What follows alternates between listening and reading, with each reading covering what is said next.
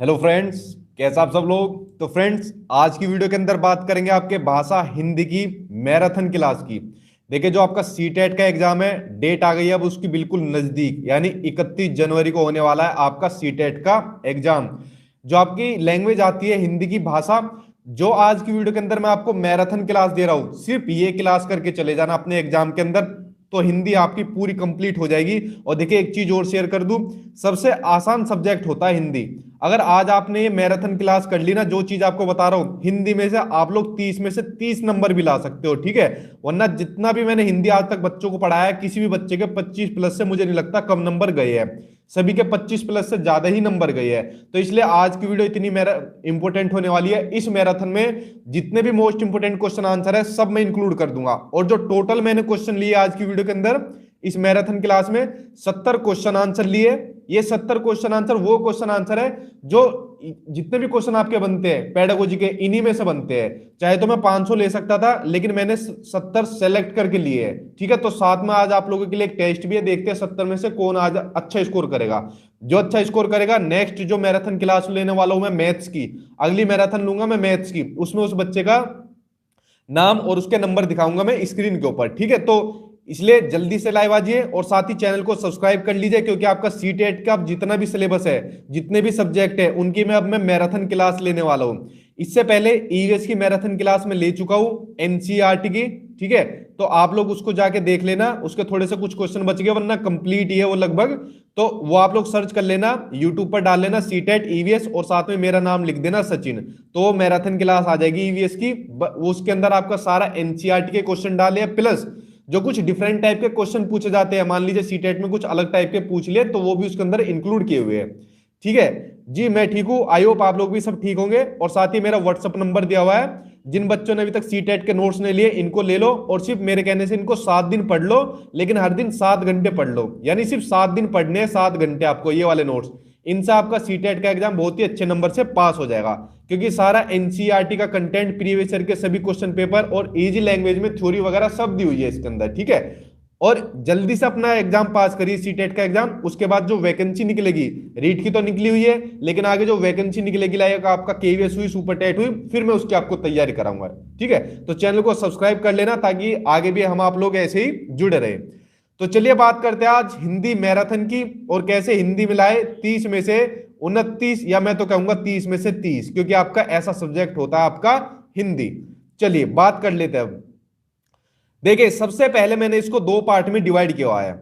जो आपकी हिंदी आती है, हिंदी में आपके 15 नंबर के आते हैं गद्यांश और काव्यांश। अब देखो, इनको कराने का तरीका तो मैं आपको पिछली वीडियो में ही बता चुका हूं, इसके ऊपर मैंने एक वीडियो भी बनाई हुई है, आप लोग सर्च कर लेना, सीटेट हिंदी गद्यांश काव्यांश के नाम से, सचिन के नाम से वीडियो आ जाएगी। उसमें मैंने इसको कराने का तरीका बताया है। प्रैक्टिस इसमें आपको खुद ही करनी पड़ेगी, लेकिन जो सामने आपको ये 5 पॉइंट लिखे हुए दिख रहे हैं अपनी स्क्रीन के ऊपर, ये सबसे ज्यादा महत्वपूर्ण है। ये वो पॉइंट है जो मैंने अपने एक्सपीरियंस से बताए हैं, यानी जितने भी आज तक एग्जाम दिए हैं, वो इसी के अकॉर्डिंग दिए, गद्यांश काव्यांश को जो सोल्व किया है। देख लीजिए, मान लीजिए कोई आपको गद्यांश दे दिया इस तरीके से, इसके अंदर कोई टॉपिक दे दिया होगा, ठीक है, किसी ना किसी एक टॉपिक के ऊपर ये आपको ऐसे दे देता है, कुछ भी टॉपिक दे देगा एग्जामिनर।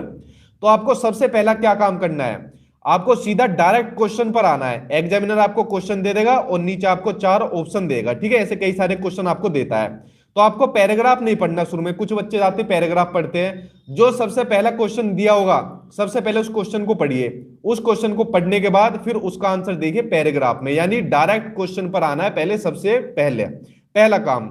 और जब आप डायरेक्ट क्वेश्चन पर आओगे, तो पहले क्वेश्चन का आंसर पहले या दूसरे पैराग्राफ में मिलेगा, ठीक है। ये अलग अलग पार्ट में बटा होता है ऐसे करके, ठीक है, 2 भी हो जाते हैं, 3 भी हो जाते हैं। तो पहले क्वेश्चन का आंसर आपको पहले पैराग्राफ में मिलेगा, दूसरे पहले या दूसरे में मिल जाएगा, और दूसरे का आपको दूसरे या तीसरे में मिल जाएगा। इस तरीके से आपको मोस्टली मिल जाएंगे। उसके अलावा जो भी क्वेश्चन का आपको आंसर मिलता रहे, उसको अंडरलाइन करते रहना। इस अंडरलाइन करने से आपको ये फायदा हो जाएगा, पैराग्राफ को आपको दोबारा पढ़ने की जरूरत नहीं होगी, क्योंकि भाई बेसिकली हमको टाइम बचाना है। गद्यांश और काव्यांश को सोल्व इस तरीके से करना है कि 15 में से 15 आ जाए और हमारा टाइम भी बच जाए। उसके अलावा ग्रामर वाले क्वेश्चन का आंसर आपको पैराग्राफ ही में मिलेगा। कुछ बच्चे हिंदी और आपकी जो भी लैंग्वेज होती है, चाहे आपका इंग्लिश हुआ चाहे आपका संस्कृत हुआ, उसके अंदर ग्रामर पढ़ते हैं, तो ग्रामर आपको नहीं पढ़नी। ग्रामर के मुश्किल से 15 नंबर में 2 या 3 क्वेश्चन आपको पूछे जाएंगे, और जो आपको 2 या 3 क्वेश्चन पूछे जाएंगे वो आपके इस पैराग्राफ में से ही पूछे जाएंगे, तो आपको पैराग्राफ में ही आंसर मिल जाएंगे। ठीक है, अलग से पूरी पढ़ने की जरूरत नहीं है, अलंकार समास वगैरह संधि वगैरह। लास्ट में होता है आपका शीर्षक, जो सबसे एंड में होगा।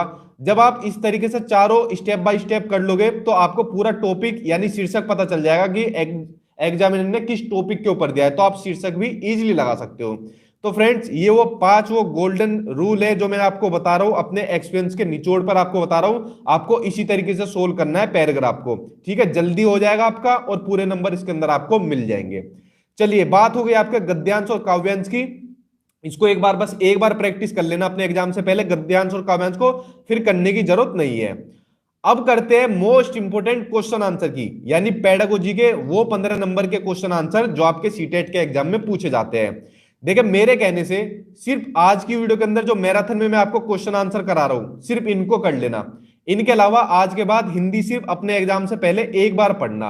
आज एक बार वीडियो देख लो और एग्जाम से एक बार पहले वीडियो देख लेना। उसके बाद हिंदी पढ़ने की आपको कभी भी जरूरत नहीं पड़ेगी, हिंदी आपको नहीं पढ़नी है। ठीक है, अपने दूसरे सब्जेक्ट पर ज्यादा ध्यान आपको केंद्रित करना है, ना कि हिंदी के ऊपर। सबसे आसान सब्जेक्ट है ये। ठीक है, तो वीडियो को सेव कर लेना ताकि आपको दोबारा एक ही बार पढ़ने की जरूरत पड़े। अब करते हैं महत्वपूर्ण क्वेश्चन आंसर। जो टॉप 70 मैंने क्वेश्चन लिया आज की वीडियो के अंदर, इन 70 में से आपका पूरा का पूरा पेडागोजी बनेगा जो आपके सीटेट के एग्जाम में आने वाला है। साथ ही आज इसको एक टेस्ट के रूप में लेना, और देखता हूं मैं आज आप लोग कितना स्कोर करते हो इस टेस्ट के अंदर। चलिए, बात कर लेते हैं आपके पहले क्वेश्चन की। पहला क्वेश्चन है कि भाषा कौशलों के संबंध में कौन सा कथन सही है, वो आपको बताना है। भाषा के कौशल अंतर संबंधित होते हैं, भाषा के सभी कौशलों को नए सिरे से सिखाने की आवश्यकता होती है, भाषा कौशल एक दूसरे से स्वतंत्र होते हैं, या फिर भाषा के चारों कौशल एक क्रम से सीखे जाते हैं। बताओ सही आंसर क्या होगा। वेरी वेरी इंपोर्टेंट क्वेश्चन है जो आपका कौशलों से संबंधित 1 नंबर का जरूर पूछा जाता है आपकी हिंदी के अंदर, इसलिए इसके ऊपर मोस्ट इंपोर्टेंट लगा लेना। ठीक है, बताइए सही आंसर इसका। हाँ, मैथ्स की देखो, आज आपकी हिंदी कंप्लीट करा दूंगा मैं। आज आपकी हिंदी हो जाएगी कंप्लीट, दोबारा कराने की जरूरत नहीं।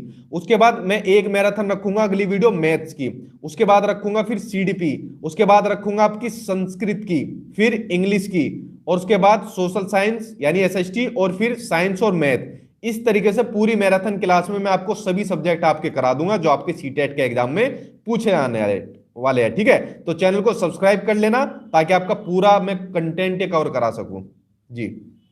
देखिए, जो इसका आंसर हो जाएगा, आंसर को जानने से पहले एक चीज देख लीजिए। आंसर तो आपका सही हो जाएगा कि भाषा के कौशल अंतर संबंधित होते हैं, ये तो सभी को पता है आपको। अब इसमें महत्वपूर्ण चीज देख लीजिए, यहां पर बात हो रही है भाषा के कौशलों की। बेसिकली 4 तरीके के आपके कौशल पूछे जाते हैं, इनको चाहे आप लिख सकते हो। सुनना, उसके अलावा दूसरा होता है बोलना, तीसरा होता है आपका पढ़ना, और चौथा होता है आपका लिखना, और पांचवा होता है आपका चिंतन कौशल। उसको अलग से रहने दीजिए। ठीक है, इन 4 पर ध्यान लगा दीजिए। सुनना यानी श्रवण कौशल, बोलना यानी वाचन, पढ़ना लिखना यानी पठन, और लिखना मतलब आपका लेखन। आपके संस्कृत में भी ये पूछा जाता है, इंग्लिश में भी पूछा जाता है। अब ये होते हैं आपके 4 कौशल, भाषा के कौशल। अब देखिए, इसमें से एक क्वेश्चन ये बनता है कि जो भाषा होती है उसका सबसे पहला स्टेप क्या होता है। भाषा कौशलों का या भाषा सीखने का सबसे पहला स्टेप क्या होता है, तो सबसे पहला स्टेप होता है सुनना। अगर हम लोग किसी चीज को सुन ही नहीं पाओगे तो क्या भाषा सीख सकते हैं, नहीं। तो पहला क्वेश्चन इसमें से बना कि पहला स्टेप, पहला चरण क्या होता है, सुनना। उसके अलावा दूसरा क्वेश्चन बनता है कि इनमें से गणनात्मक कौशल कौन से हैं और अभिव्यक्तात्मक कौशल होते हैं। देखो, पहले बात करते हैं गणनात्मक कौशल की। जैसे आप लोग जो ग्रहण कर रहे हो, कैसे कर रहे हो ग्रहण, सुनकर कर रहे हो, और दूसरा किससे कर रहे हो, पढ़कर कर रहे हो, यानी जो चीज मैं लिख रहा हूं। तो ये हो जाएंगे आपके दोनों गणनात्मक कौशल। ठीक है, इसको आप चाहे लिख लीजिए, गणनात्मक कौशल। अब एक होता है आपके अभिव्यक्तात्मक कौशल, जिसमें अभिव्यक्त किया जाता है। जैसे मैं आप लोगों को अभिव्यक्त कर रहा हूं, कैसे कर रहा हूं मैं अभिव्यक्त, एक तो कर रहा हूं आपको बोलकर, और दूसरा कर रहा हूं लिखकर। इन 2 के माध्यम, कौशलों के माध्यम से ही तो कर रहा हूं मैं। तो ये हो जाएंगे आपके अभिव्यक्तात्मक कौशल। ठीक है, ये क्वेश्चन आंसर ये इतने ही बनते हैं आपके सीटेट के एग्जाम में। 4 कौशल मैंने आपको बता दिए, गणनात्मक, अभिव्यक्तात्मक बता दिया, और जो पहला चरण होता है वो होता है सुनना। मोस्ट इंपोर्टेंट क्वेश्चन आंसर है, जरूर आपके सीटेट के एग्जाम में पूछा जाएगा। तो भाषा के जो कौशल होते हैं आपस में अंतर संबंधित होते हैं। ठीक है, चलिए बढ़ते हैं आपके अगले क्वेश्चन के ऊपर। अगला क्वेश्चन आपको दिया हुआ है कि बच्चों की मौखिक अभिव्यक्ति का विकास करने के लिए सबसे कम प्रभावी तरीका कौन सा होगा? संवाद, अदायगी, व्याकरण आधारित संरचना अभ्यास, अपने अनुभवों का वर्णन करना या फिर बातचीत करना। बताइए इससे आंसर क्या हो जाएगा आपका?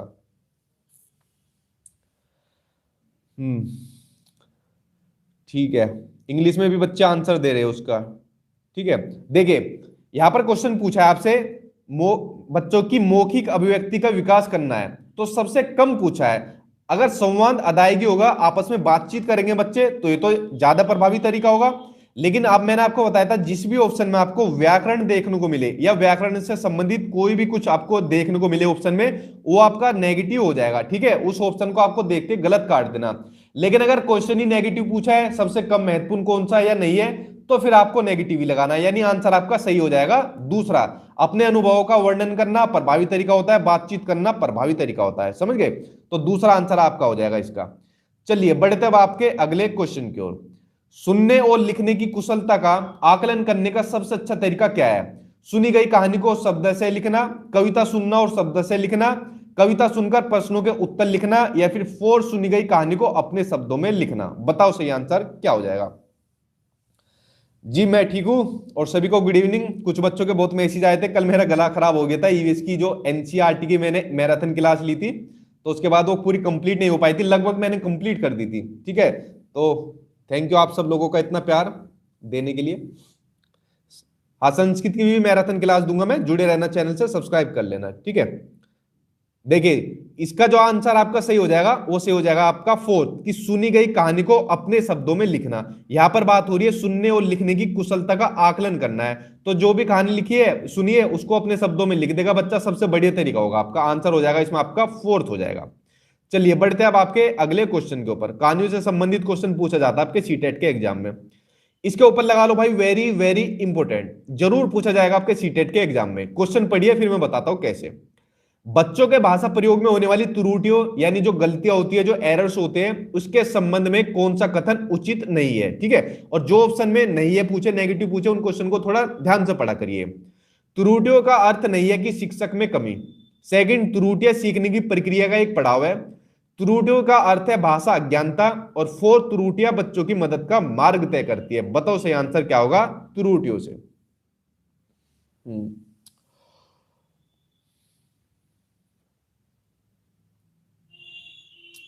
सी के साथ जा रहे हो? देखो भाई आंसर आपका इसका सही हो जाएगा, सी सही हो जाएगा। ठीक है, पहले बात देख लीजिए, जो आपके पूछा जाता है त्रुटियां, एरर्स पूछी जाती है जरूर एक नंबर के आपके सीटेट के एग्जाम में। तो सबसे बड़ी बात तो ये होती है, जो आपकी त्रुटियां होती है, गलतियां होती है, बहुत ही क्या होती है, महत्वपूर्ण होती है। भाई जब तक बच्चा गलतियां नहीं करेगा तब तक टीचर कैसे समाधान कर पाएगा? जब गलतियां करेगी तभी तो समाधान हो पाएगा ना। तो एक तो बहुत ही महत्वपूर्ण होती है जो गलतियां होती है। ठीक है, उसके अलावा त्रुटियां सीखने की प्रक्रिया का एक पड़ाव है। उसके अलावा त्रुटियां बच्चों की मदद का मार्ग भी तय करती है। और त्रुटियों का अर्थ ये नहीं है कि शिक्षक में कमी है। ठीक है, ये बिल्कुल कहीं भी मतलब नहीं है। तो भाषा ज्ञानता आपका सही हो जाएगा। ठीक है, कि अर्थ भाषा ज्ञानता, कथन उचित नहीं है, बाकी उचित है। समझ गए? चलिए बढ़ते अब आपके अगले क्वेश्चन की ओर। हाँ, गलत कर दिया ना, नहीं बोला था, इसलिए मैं कहता हूं नई वाले क्वेश्चन को ज्यादा अच्छे तरीके से आप लोग पढ़िए। अगला क्वेश्चन है, डिस्ग्राफिया से प्रभावित बच्चों को मुख्य रूप से डैश में कठिनाई होती है, लिखने, सुनने, बोलने और पढ़ने। बताइए से आंसर क्या होगा आपका? अधिगम विकार, लर्निंग डिसऑर्डर, इससे संबंधित एक नंबर का आपके सीटेट में जरूर आएगा, लिख कर ले लीजिए। 1 से 2 नंबर का हो सकता है लेकिन एक का जरूर आएगा। तो हिंदी भाषा के अंदर आपके जितने भी विकार है उन सभी को आज की वीडियो के अंदर मैं करा दूंगा कंप्लीट, आपको दोबारा करने की जरूरत नहीं पड़ेगी और आपको हिंदी पढ़ने की जरूरत नहीं पड़ेगी आज की क्लास के बाद। ठीक है, देखिए जो आपका होता है डिस्ग्राफिया, डिस्ग्राफिया की मैंने आपको ट्रिक बताई थी। ग्राफिया के अंदर ग्राफ आ रहा है और ग्राफ पर क्या किया जाता है? ग्राफ पर लिखा जाता है। तो डिस्ग्राफिया होता है आपका लिखने से संबंधित। और आपका पढ़ने से संबंधित कौन सा विकार होता है? तो पढ़ने से संबंधित विकार होता है आपका डिसलेक्सिया। ठीक है, ये आपका पढ़ने से संबंधित विकार हो जाएगा। बाकी के विकार करेंगे अगले क्वेश्चन में जो भी आने वाले हैं, सभी को मैं कंप्लीट करा दूंगा। अगला क्वेश्चन है, आगमन विधि में हम बढ़ते हैं, यानी जो इंडक्टिव मेथड है उसकी बात हो रही है, हम कैसे बढ़ते हैं? भाषा से व्याकरण की ओर, व्याकरण से भाषा की ओर, नियम से उदाहरणों की ओर, या फिर उदाहरणों से नियम की ओर? बताओ सही आंसर क्या हो जाएगा। एक नंबर की विधि जरूर आएगी आपके एग्जाम के अंदर, और जो मोस्टली विधि पूछी जाती है आगमन विधि, निगमन विधि और एक आपकी प्रत्यक्ष विधि, ये विधि पूछी जाती है। ठीक है, डिसलेक्सिया बताया तो सही है, लेकिन डिसलेक्सिया की स्पेलिंग तो सही लिखो। हाँ, चलिए देखिए, जो इसका आंसर से हो जाएगा, आगमन विधि में हम चलते हैं उदाहरण से नियम की ओर, मतलब पहले कुछ एग्जाम्पल दिए जाते हैं, उसके बाद नियम दिए जाते हैं। अगर नियम से उदाहरण की ओर चलते हैं तो वो हो जाती है आपकी निगमन विधि। ठीक है, ये इसका जस्ट अपोजिट होती है, इसको बोलते हैं निगमन विधि, जिसमें नियम से उदाहरण की ओर चलते हैं। दोनों ही विधि महत्वपूर्ण है, दोनों को कर लेना। चलिए बढ़ते हैं आपके अगले क्वेश्चन की ओर। अगला क्वेश्चन है आपका, हिंदी भाषा शिक्षक के रूप में आप किसे सबसे अधिक महत्वपूर्ण मानते हैं? बच्चे की लेखन क्षमता का विकास करना, बच्चों को विभिन्न संदर्भों में भाषा प्रयोग सिखाना, बच्चों की मौखिक अभिव्यक्ति का विकास करना, या फिर बच्चों को व्याकरण के नियम सिखाना? बताइए सही आंसर क्या हो जाएगा। चलिए देखिए, मैं आपके जो मैंने बताए हुए हैं ना पॉजिटिव और नेगेटिव वर्ड, इनको देख लो, इनसे ही आपका क्वेश्चन निकल जाएगा। वो वीडियो जरूर देख लेना, पॉजिटिव और नेगेटिव टैग वर्ड के ऊपर मैंने वीडियो डाली हुई है। हिंदी को तो आप लोग क्वेश्चन भी नहीं पढ़ोगे तो भी आंसर दे दोगे, इतना इजीली हो जाएगी हिंदी।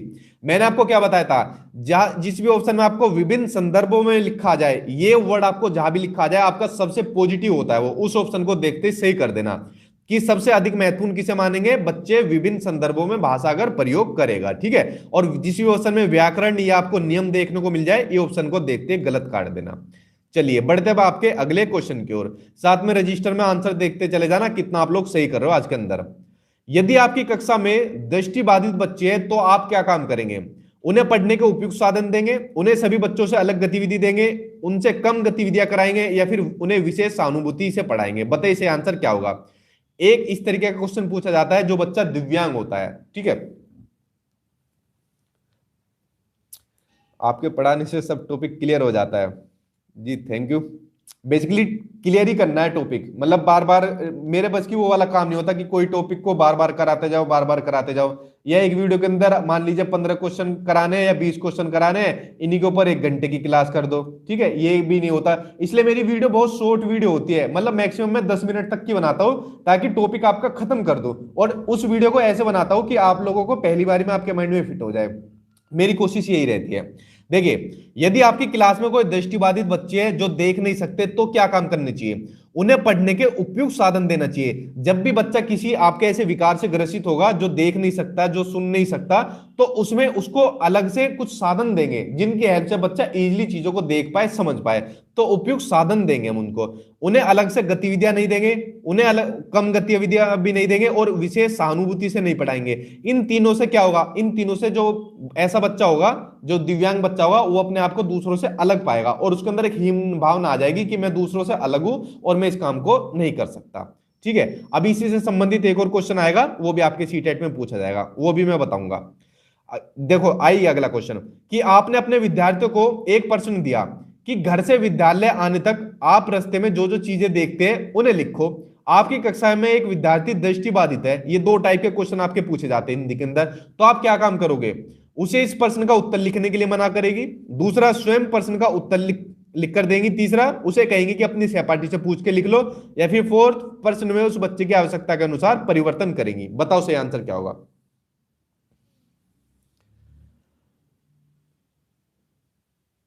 ईवीएस कमजोर है, तो ईवीएस के लिए मैंने बताया तो हुआ है, ईवीएस आपका देखो सारा का सारा एनसीईआरटी से आना है। मैंने इसके ऊपर मैराथन क्लास भी डाली हुई है, वरना जो अपने नोट्स बनाए हुए हैं ना यार, वो आपके लिए वो सफिशिएंट है, उनको कर लो, उनके बाहर आपका एनसीईआरटी नहीं जाएगा, सारा का सारा इंक्लूड किया हुआ है मैंने। ठीक है, आपका पूरा अच्छे नंबर से पास करा देंगे, और लास्ट का टाइम है, इसमें क्या, इसमें कोई झिझक नहीं है आपको एनसीईआरटी के करने में। ठीक है, देखिए जो इसका सही आंसर हो जाएगा, वो सही आंसर हो जाएगा इसमें भाई आपका फोर्थ, कि प्रश्न में उस बच्चे की आवश्यकता के अनुसार परिवर्तन कर देगी। कि भाई मान लो बच्चा दृष्टिबाधित है, देख नहीं सकता, और यहां पर पूछ दिया कि अपने रास्ते में वो चीजें देखो, जो चीजें दिखी है आपको इस विद्यालय से स्कूल आने में, तो बच्चों को क्वेश्चन चेंज करके दे दो कि घर से विद्यालय आने तक रास्ते में जो जो चीजें देखने की जगह बोल दो कि जो जो चीजें सुनाई दे। अब बच्चा जो देख नहीं सकता वो क्या काम करेगा कि मैडम मैंने आते टाइम पहले गाड़ी की आवाज सुनी, मैडम मैंने डॉगी की आवाज सुनी। ठीक है, तो इस तरीके से क्या काम करेगा बच्चा, इजीली आंसर देगा। तो आवश्यकता के अनुसार परिवर्तन कर देंगे प्रश्न में, क्वेश्चन में। चलिए बढ़ते अब आपके अगले क्वेश्चन के ऊपर। अगला क्वेश्चन है, वाणी अस्थायी होती है और डैश भाषा की तुलना में काफी तेजी से बदलती रहती है। शास्त्रीय, मौखिक, लिखित या फिर पारंपरिक? बताओ सही आंसर क्या होगा। वो बोल रहे सर आपका यूट्यूब चैनल खाली ऐसा है जिस पर सभी सब्जेक्ट की तैयारी कराई जाती है। जी थैंक यू। अच्छा इतना मुझे पता भी नहीं और किस पर कराई जाती है। बेसिकली मुझे इतना टाइम ही नहीं मिल पाता कि मैं आप लोगों के लिए ज्यादा से ज्यादा वीडियो अपलोड कर सकूं, तो यूट्यूब पर तो पता ही नहीं चलेगा। ठीक है, कोशिश ही रहती है आपके सभी सब्जेक्ट में कवर करा सकूं जितने मुझे आते हैं, इसलिए मैं सभी आपके सब्जेक्ट कवर कराता हूं। अब मैराथन भी आपकी सभी की चलेगी। ठीक है, अब देखो पहला इसमें वाणी अस्थायी होती है। भाई जो आपकी वाणी है मेरी वाणी है अस्थायी तो होती है। मान लीजिए आज यहां पर इस जगह पर ये वाणी बोली जा रही है, मान लीजिए 15 किलोमीटर और आगे चले जाओ, आप 10-15 किलोमीटर आगे चले जाओ तो ये वाणी क्या होगी, यह बदल जाएगी। थोड़ी दूर और आगे चले जाओगे तो यहां पर क्या हो जाएगी, यहां पर बदल जाएगी। तो वाणी स्थायी नहीं होती, वाणी अस्थायी होती है। पहला पॉइंट तो ये बन गया। और इसके अंदर जो दूसरा पॉइंट है, लिखित भाषा की तुलना में काफी तेजी से बदलती रहती है। लिखित भाषा इतनी थोड़ी बदलेगी जितना वाणी बदलती रहती है। तो आंसर हो जाएगा इसमें आपका थर्ड हो जाएगा। ठीक है, बढ़ते अब आपके अगले क्वेश्चन के ऊपर। और वाणी से संबंधित क्वेश्चन आपका कई बार पूछा गया है सीटेट के एग्जाम में। अगला क्वेश्चन है, भाषा केवल अभिव्यक्ति का माध्यम ही नहीं बल्कि स्वयं से डैश का माध्यम है, पढ़ने, बातचीत, सुनने या फिर लिखने का? बताओ क्या होगा सही आंसर।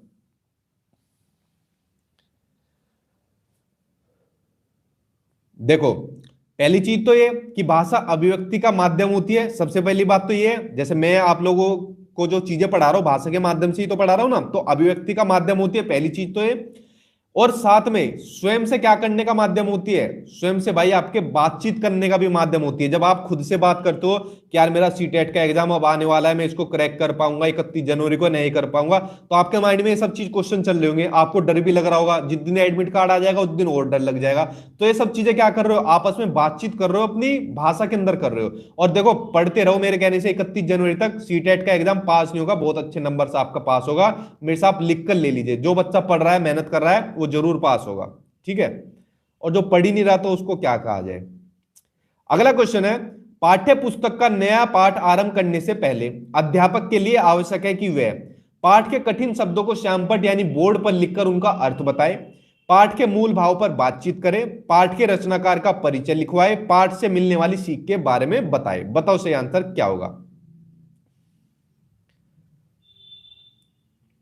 हाँ मैथ्स की, देखो मैथ्स की मैं दोनों ही कराऊंगा आपको। मैथ्स की एक मैराथन में मैं कराऊंगा आपको न्यूमेरिकल जो आपके 15 नंबर के पूछे जाते हैं, और दूसरे में कराऊंगा मैथ्स की पेडागोजी की में। ठीक है, तो दो वीडियो बनेगी मैराथन अलग अलग के नाम से। मैं कह रहा हूं चैनल से जुड़े रहना, सब्सक्राइब कर लेना। आपकी मैथ्स में कराऊंगा कंप्लीट, मैथ्स का जितने भी सब्जेक्ट है सभी की मैराथन लूंगा, बेफिक्र रहिए आप लोग। आपका साथ नहीं छोड़ूंगा जब तक आपका पेपर पास नहीं करा देता अच्छे नंबर से। देखो जो इसका सही आंसर हो जाएगा वो सही आंसर हो जाएगा इसमें आपका सेकंड, कि पाठ के मूल भाव पर बातचीत करनी चाहिए। कोई भी पाठ आरंभ करने से पहले शिक्षक उसका जो मूल भाव है उस पर बातचीत करे। ठीक है, इससे कुछ नई नई चीजें निकलती है, बच्चा भी कुछ अपने एक्सपीरियंस शेयर करता है। चलिए अगला क्वेश्चन देखते हैं, वेरी वेरी इंपोर्टेंट लगा लेना, आपके सीटेट के एग्जाम में ये वाला भी जरूर पूछा जाएगा। ये भाई साहब आपका जरूर पूछा जाता है कि भाषा सीखने की क्षमता जन्मजात होती है, बाय बर्थ होती है, बाय इन्नेट होती है। यह विचार किसकी देन है, चोम्स्की, थॉर्नडाइक, स्किनर या फिर पावलोव? बताओ सही आंसर क्या होगा। और ये भाई साहब आपके जरूर पूछे जाते हैं हर लैंग्वेज के अंदर, चाहे आपकी हिंदी हो, इंग्लिश हो, संस्कृत हो, कोई भी आपकी भाषा हो। देखो बिल्कुल सही आंसर है इसका, जो सही आंसर हो जाएगा आपका हो जाएगा फर्स्ट, नोम चोम्स्की। नोम चोम्स्की बोलते थे कि जो बच्चे होते हैं उनमें भाषा सीखने की क्षमता जन्मजात होती है। ठीक है, यानी जन्म के बाद बच्चा इजीली भाषा सीख लेता है। जैसे मेरी भाषा में हिंदी में बोल रहा हूं, अब हिंदी भाषा बोलने के लिए या जो आपकी मातृभाषा है जो भी आपकी होगी, जो वीडियो देख रहे हो, तो आपकी मातृभाषा सीखने के लिए आपको किसी की जरूरत पड़ी नहीं। आपके परिवार में जो भाषा बोली जाती थी, मम्मी पापा बहन भाई जो बोलते थे, उसको अनुकरण करके यानी कॉपी करके हम लोग सीख गए। तो ये बात बोलते हैं नोम चोम्स्की। और ये बोलते हैं बच्चे के माइंड में एक डिवाइस होता है जिसका नाम होता है LAD, लैंग्वेज एक्विजिशन डिवाइस, यानी भाषा अधिग्रहण यंत्र। इस डिवाइस के हेल्प से बच्चा कोई भी भाषा को सीख लेता है। तो ये किसकी देन है, नोम चोम्स्की की देन है। ठीक है, चलिए बढ़ते अब आपके अगले क्वेश्चन के ऊपर। और साथ में जितने भी महत्वपूर्ण मनोवैज्ञानिक है या जितने भी आपके टॉपिक है, सभी के मैंने ऊपर डिटेल में भी वीडियो बनाई हुई है। अगर वीडियो भी देख लोगे तो भी सारे आपके कंटेंट क्लियर हो जाएंगे।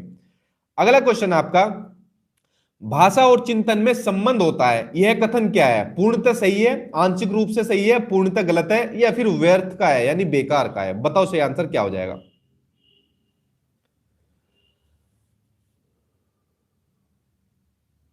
हाँ इंग्लिश भाई मैं थक जाऊंगा कहते कहते। ऑल सब्जेक्ट मैराथन क्लास रखूंगा मैं, ठीक है। ऑल सब्जेक्ट, अब ऑल सब्जेक्ट में सभी आ जाते हैं, हिंदी इंग्लिश मैथ साइंस आपका संस्कृत सब सीडीपी वगैरह सब।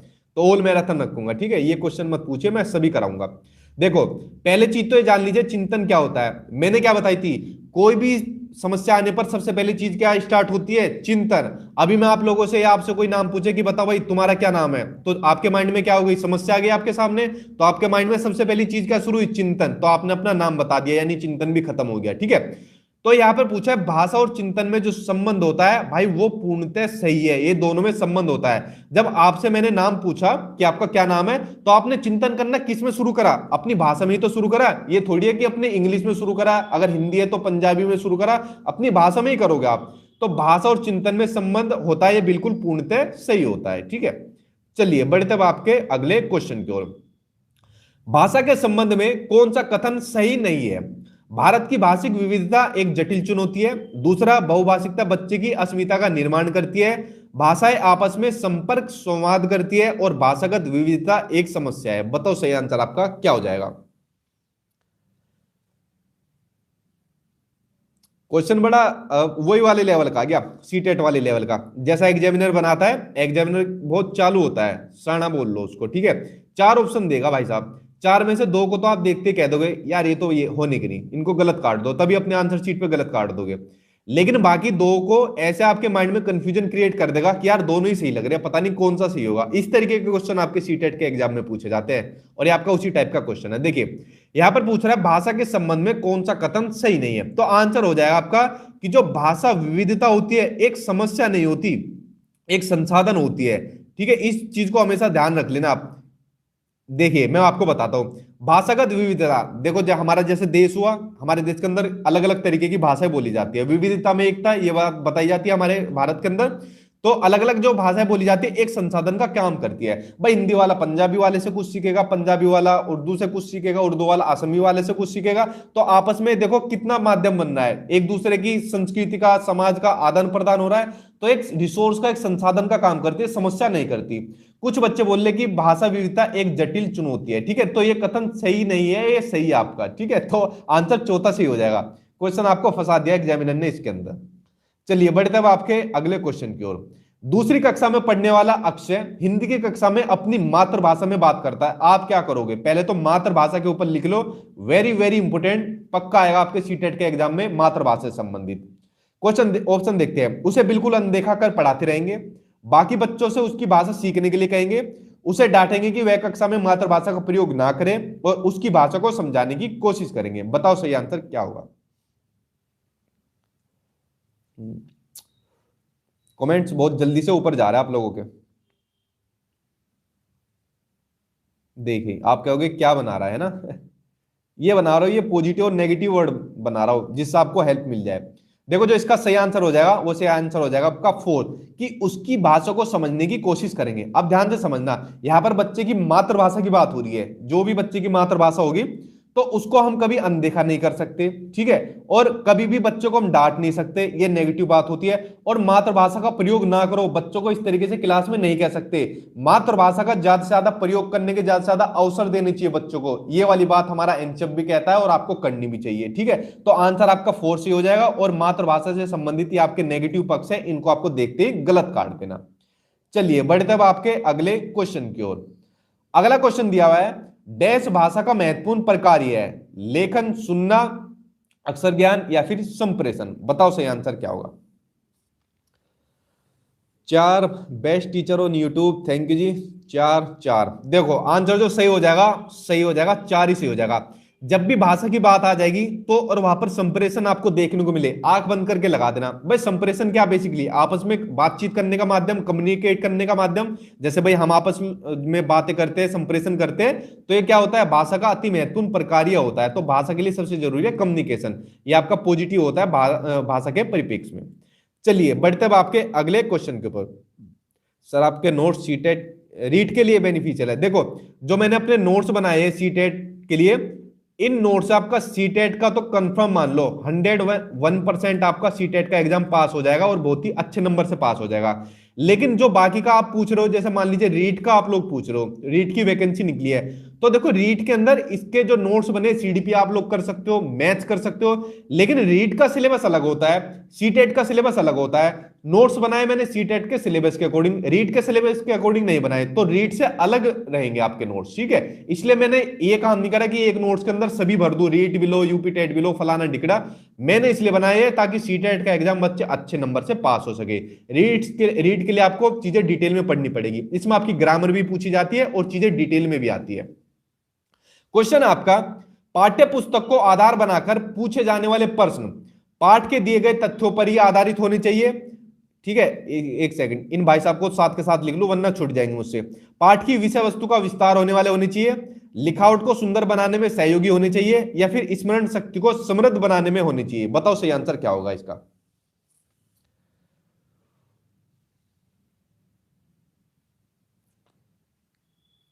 देखिए जो इसका सही आंसर हो जाएगा वो सही आंसर हो जाएगा इसमें आपका सेकंड, कि पाठ्य की विषय वस्तु यानी जो कंटेंट होता है उसका विस्तार करने वाले होनी चाहिए। आप सोच रहे हो ना मैंने ही क्यों लिखा, जिस भी ऑप्शन में आपको ही देखने को मिले उस ऑप्शन को देखते गलत काट देना, कि इसी पर ही आधारित होनी चाहिए, यही करना चाहिए। तो आंसर इसमें आपका सही हो जाएगा, सेकंड सही हो जाएगा। चलिए बढ़ते अब आपके अगले क्वेश्चन के ऊपर। नोट्स कैसे मिलेंगे भाई, वीडियो के स्टार्टिंग में मैंने अपना नंबर दिया हुआ है, अपना मोबाइल नंबर दिया हुआ है, उस पर आप मैसेज कर देना, उस पर आपको नोट्स मिल जाएंगे आपके सभी सब्जेक्ट के, जितने भी आपके सभी सब्जेक्ट है। और मेरे कहने से एक प्रोमिस साथ में करना, कोई भी बुक मत लेना, और जो बुक पढ़ भी रहे हो तो उससे भी मत पढ़ना, क्योंकि इतनी गलतियां मिलेगी आपको उस बुक के अंदर। आप लोग यहां से पढ़ के सही जाओगे, बुक के अंदर वहां जाके पता चलेगा आंसर ही गलत है हमारा।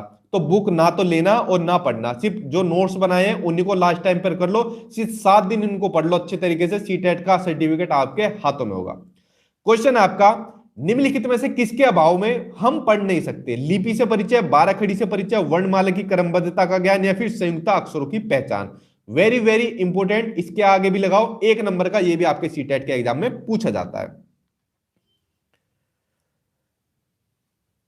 वेरी गुड, लिपि से परिचय। देखो हर भाषा की अपनी लिपि होती है, यह आप सभी को पता है, जो भी भाषा होगी उसकी अपनी एक लिपि होती है। तो बिना लिपि से परिचय के पढ़ सकते हैं? तो नहीं पढ़ सकते भाई हम, ठीक है। जैसे अगर मैं आपसे पूछ लूं, चलो मैं लिख ही देता हूं आपका लिपियों का, तो हिंदी भाषा की लिपि कौन सी होती है? आप इसको साथ के साथ लिखते रहिए। तो हिंदी भाषा की लिपि होती है देवनागरी लिपि, ठीक है।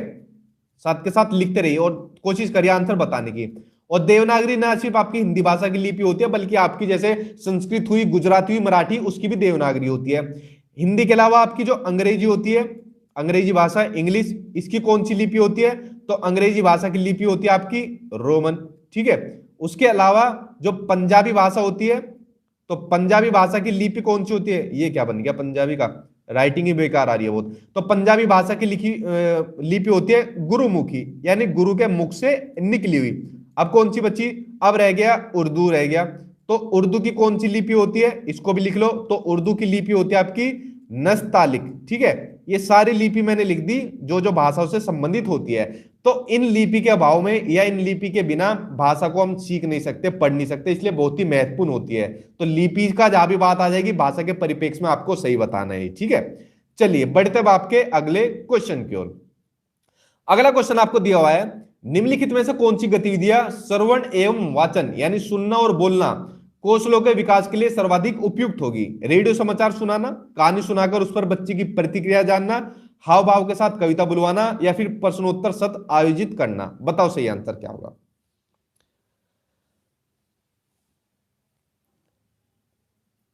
पेपर 2 मैंने बता तो दिया, पेपर 2 में आपको करा दूंगा। और पेपर 2 वाले देखो सबसे बढ़िया तरीका आपका सोशल साइंस जो आती है, जिन बच्चों का मैथ साइंस है, आपका पूरा पेपर एनसीईआरटी के से आता है लास्ट के। अगर मैं कह रहा हूं अब किताब पढ़ने का, इसलिए मैं कहता हूं मैं, वरना आपको कभी फोर्स नहीं करता कि नोट्स लो। आपने देखा होगा इससे पहले जितनी भी वीडियो होती है, मैं हमेशा बच्चों को कहता था या तो नोट्स ले लो या फिर एनसीईआरटी की किताबें पढ़ लो। लेकिन अब टाइम ही इतना कम बचा है, एनसीईआरटी की किताब पढ़ ही नहीं पाओगे आप, चाहे ईवीएस हो, सोशल साइंस हो, साइंस हो। इसलिए बोलता हूं ये वाले ले लो, आपको सारे पॉइंट मिल जाएंगे इनके अंदर से, पूरा पेपर आपको उन्हीं में से मिल जाएगा जो बनाया हुआ है, ठीक है।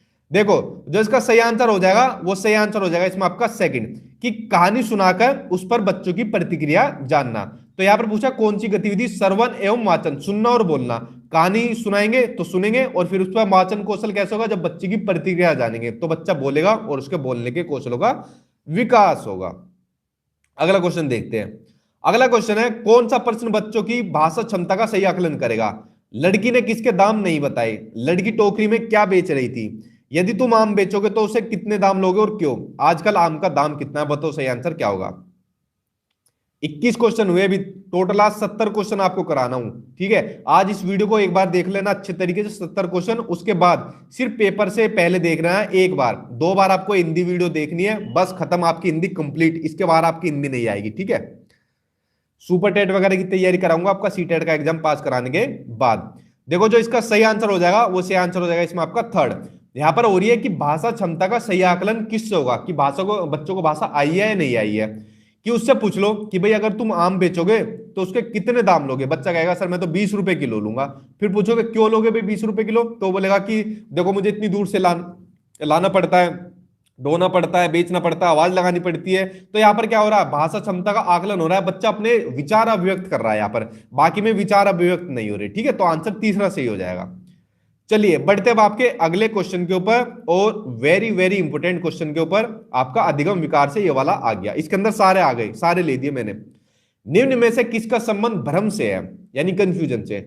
डिस्मोर्फिया, डिस्थीमिया, डिस्कैलकुलिया या फिर एप्रेक्सिया? बताओ सही आंसर क्या होगा। देखो इसके ऊपर मैंने ट्रिक भी बताई हुई है, उस वीडियो को जाके देख लेना। अब भ्रम की स्थिति आ गई। देखो भ्रम की स्थिति होती है आपकी डिस्मोर्फिया के अंदर। डिस्मोर्फिया के अंदर आ रहा है मोर। ठीक है, मैंने क्या बताया था, जब बच्चा भ्रम की स्थिति में पड़ जाता है, मान लीजिए एक तो बच्चा मोर को देख लेता है और एक तरफ देख लेता है मुर्गे को। अब देखता है यार दोनों में दिखने तुम्हें तो यार दोनों सेम ही लग रहे हैं, तो बच्चा क्या हो रहा है, कंफ्यूज हो रहा है, भ्रम की स्थिति में हो रहा है। तो होता है आपका डिस्मोर्फिया, यानी भ्रम की से संबंधित विकार। जो आपका डिस्थीमिया होता है, तो डिस्थीमिया विकार होता है तनाव से संबंधित विकार। जब कोई तनाव ले लेता है, जैसे आप लोग तनाव ले रहे हो अपने एग्जाम के लिए, तो ये लिख लीजिए साथ के साथ, पढ़ते रहिए, बस एक चीज बोल रहा हूं, पास हो गए पक्का। उसके अलावा डिस्कैलकुलिया, डिस्कैलकुलिया होता है आपका गणित से यानी मैथ से संबंधित विकार। और आपका एपरेक्सिया या डिस्पेरेक्सिया जिसको बोला जाता है, ये होता है आपका शारीरिक कौशलों से संबंधित विकार। ठीक है, ये आपका होता है शारीरिक कौशलों से संबंधित विकार। अच्छा, कुछ में आपको डी लिखा होता है, डिसलेक्सिया, डिस्थीमिया, डिस्प्रेक्सिया, और कुछ के आगे ए लिखा होता है। तो जिनके आगे ए लिखा होता है तो समझ जाओ उस विकार का सोल्यूशन यानी समाधान नहीं किया जा सकता। ठीक है, और जिनका आगे डी लिखा जाता है तो समझ लो उन विकारों का समाधान कर सकते हैं हम, कुछ उपचार देकर, कुछ ट्रीटमेंट देकर। तो आप लोग समझ गए, तो सारे अधिगम विकार आपके कंप्लीट हो गए ये वाले। चलिए बढ़ते अब आपके अगले क्वेश्चन की ओर। भाषा के बारे में कौन सा कथन उचित है? भाषा अनिवार्यतः है लिखित होती है, भाषा एक नियमबद्ध व्यवस्था है, भाषा व्याकरण का अनुसरण करती है, और भाषा और बोली में कभी कोई संबंध नहीं होता। बताओ सही आंसर क्या होगा।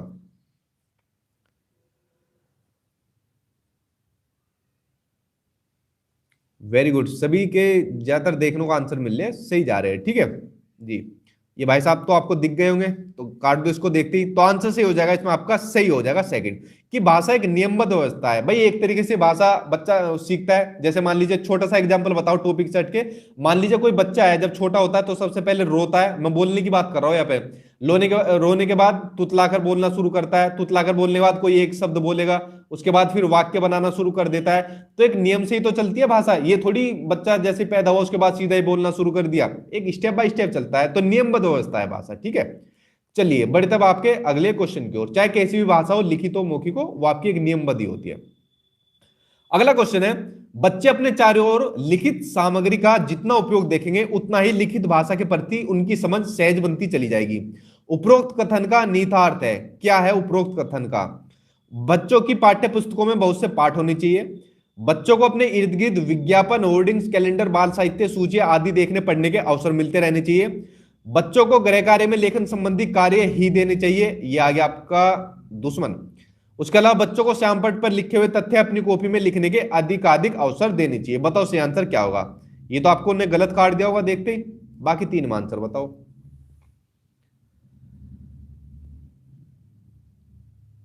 हाँ, और हाँ बिल्कुल सही बात, पाठ्य पुस्तक भी आ गई, जैसे वो आता ये आपकी पाठ्य पुस्तक आ गई, इसको भी देखते गलत काट दो। ठीक है, ये आपको बताए हुए हैं मैंने नेगेटिव, 2 ही ऑप्शन आपको बचे, तो देखो 2 ऑप्शन हो जाएगा आपका सेकंड, कि यहां पर बात हो रही है लिखित भाषा की। ठीक है, लिखित भाषा के प्रति जिससे समझ बनेगी, तो बच्चों के अपने इर्द गिर्द विज्ञापन, होर्डिंग्स, कैलेंडर, बाल साहित्य आदि इनके ज्यादा अवसर दे दो। और आपने देखा भी होगा आजकल स्कूल के अंदर, तो स्कूल के अंदर भी लिखित भाषा में बहुत सी चीजें लिखी होती है, कि वह हमारे जो देश से संबंधित सूचनाएं हो जाती है, या फिर कुछ फलों के नाम इस तरीके से लिखे होते हैं, तो इनसे बच्चे की भाषा ही विकसित होती है। इसके अंदर इसको लिखवाने का मकसद है। और बेसिकली आप लोग देख भी रहे हो, स्कूल के अंदर एक प्रोग्राम भी चल रहा है बाला का, ठीक है।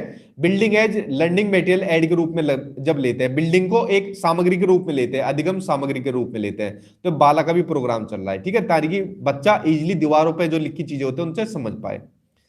चलिए अगला क्वेश्चन देखते हैं। भाषा शिक्षण में पाठ्य पुस्तकों के अतिरिक्त कौन सा सबसे कम प्रभावशाली होगा? प्रश्नों के उत्तर लिखना, संवाद अदायगी, परिचर्चा करना, घटना वर्णन करना। बताओ सही आंसर आपका क्या हो जाएगा?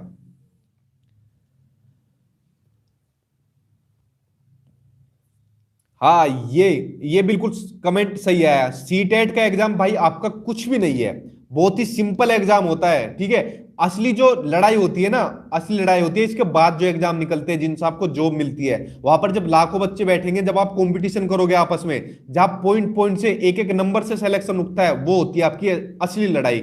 सीटेट का क्या है, छोटा सा हल्का सा एग्जाम है, ठीक है, बस इसमें आपको क्वालिफाइंग नंबर चाहिए होते हैं, तो इसको ज्यादा टेंशन मत लो आप लोग, इसके बाद वाले एग्जाम पे टेंशन ज्यादा फोकस करिए, ठीक है।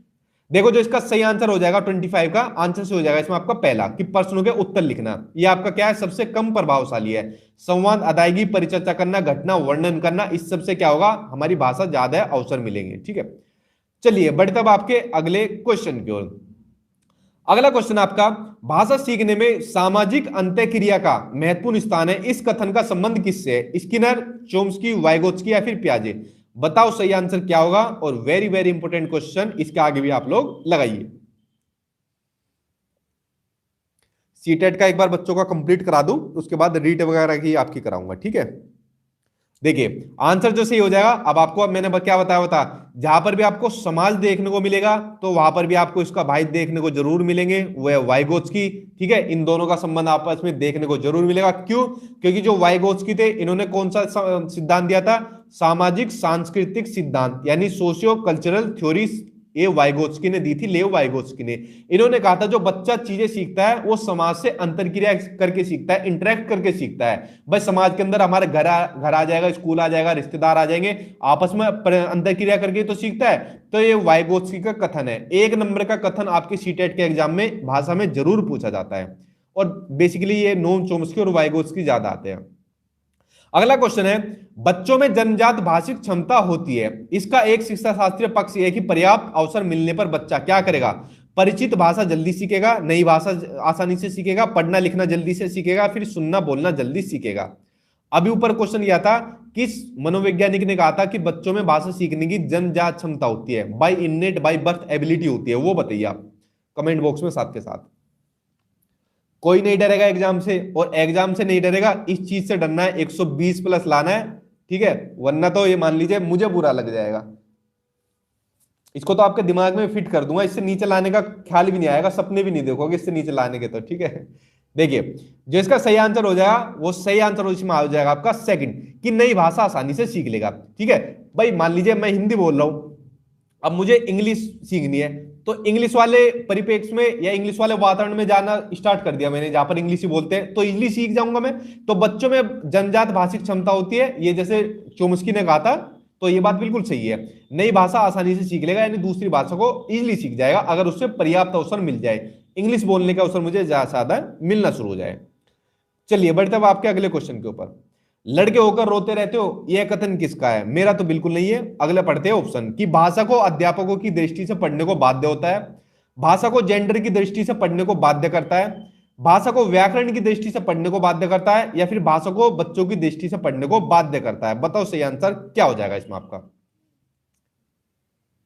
ये आ गया एक तो नेगेटिव, और भी दिख रहा है कुछ, चलो एक तो ये गलत काट दो, अब बाकी में सही बताओ आंसर क्या होगा।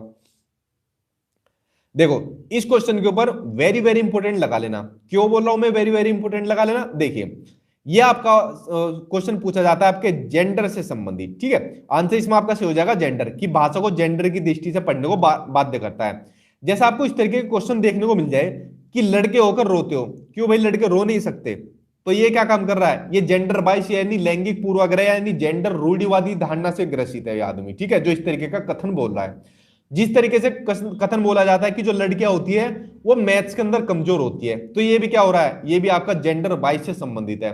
क्वेश्चन पूछा जाता है कि लड़कियां सिर्फ घर का काम कर सकती है और लड़के नहीं कर सकते घर का काम। ये भी किससे संबंधित है? जेंडर रूढ़िवादिता से संबंधित आपका, ठीक है। तो इस तरीके के क्वेश्चन आपको जब भी समझने देखने को मिल जाएंगे, वहां पर आपको जेंडर जरूर देखने को मिलेगा, ठीक है। इस तरीके से जहां मेल और फीमेल में इनइक्वेलिटी की यानी असमानता की बात आ जाएगी।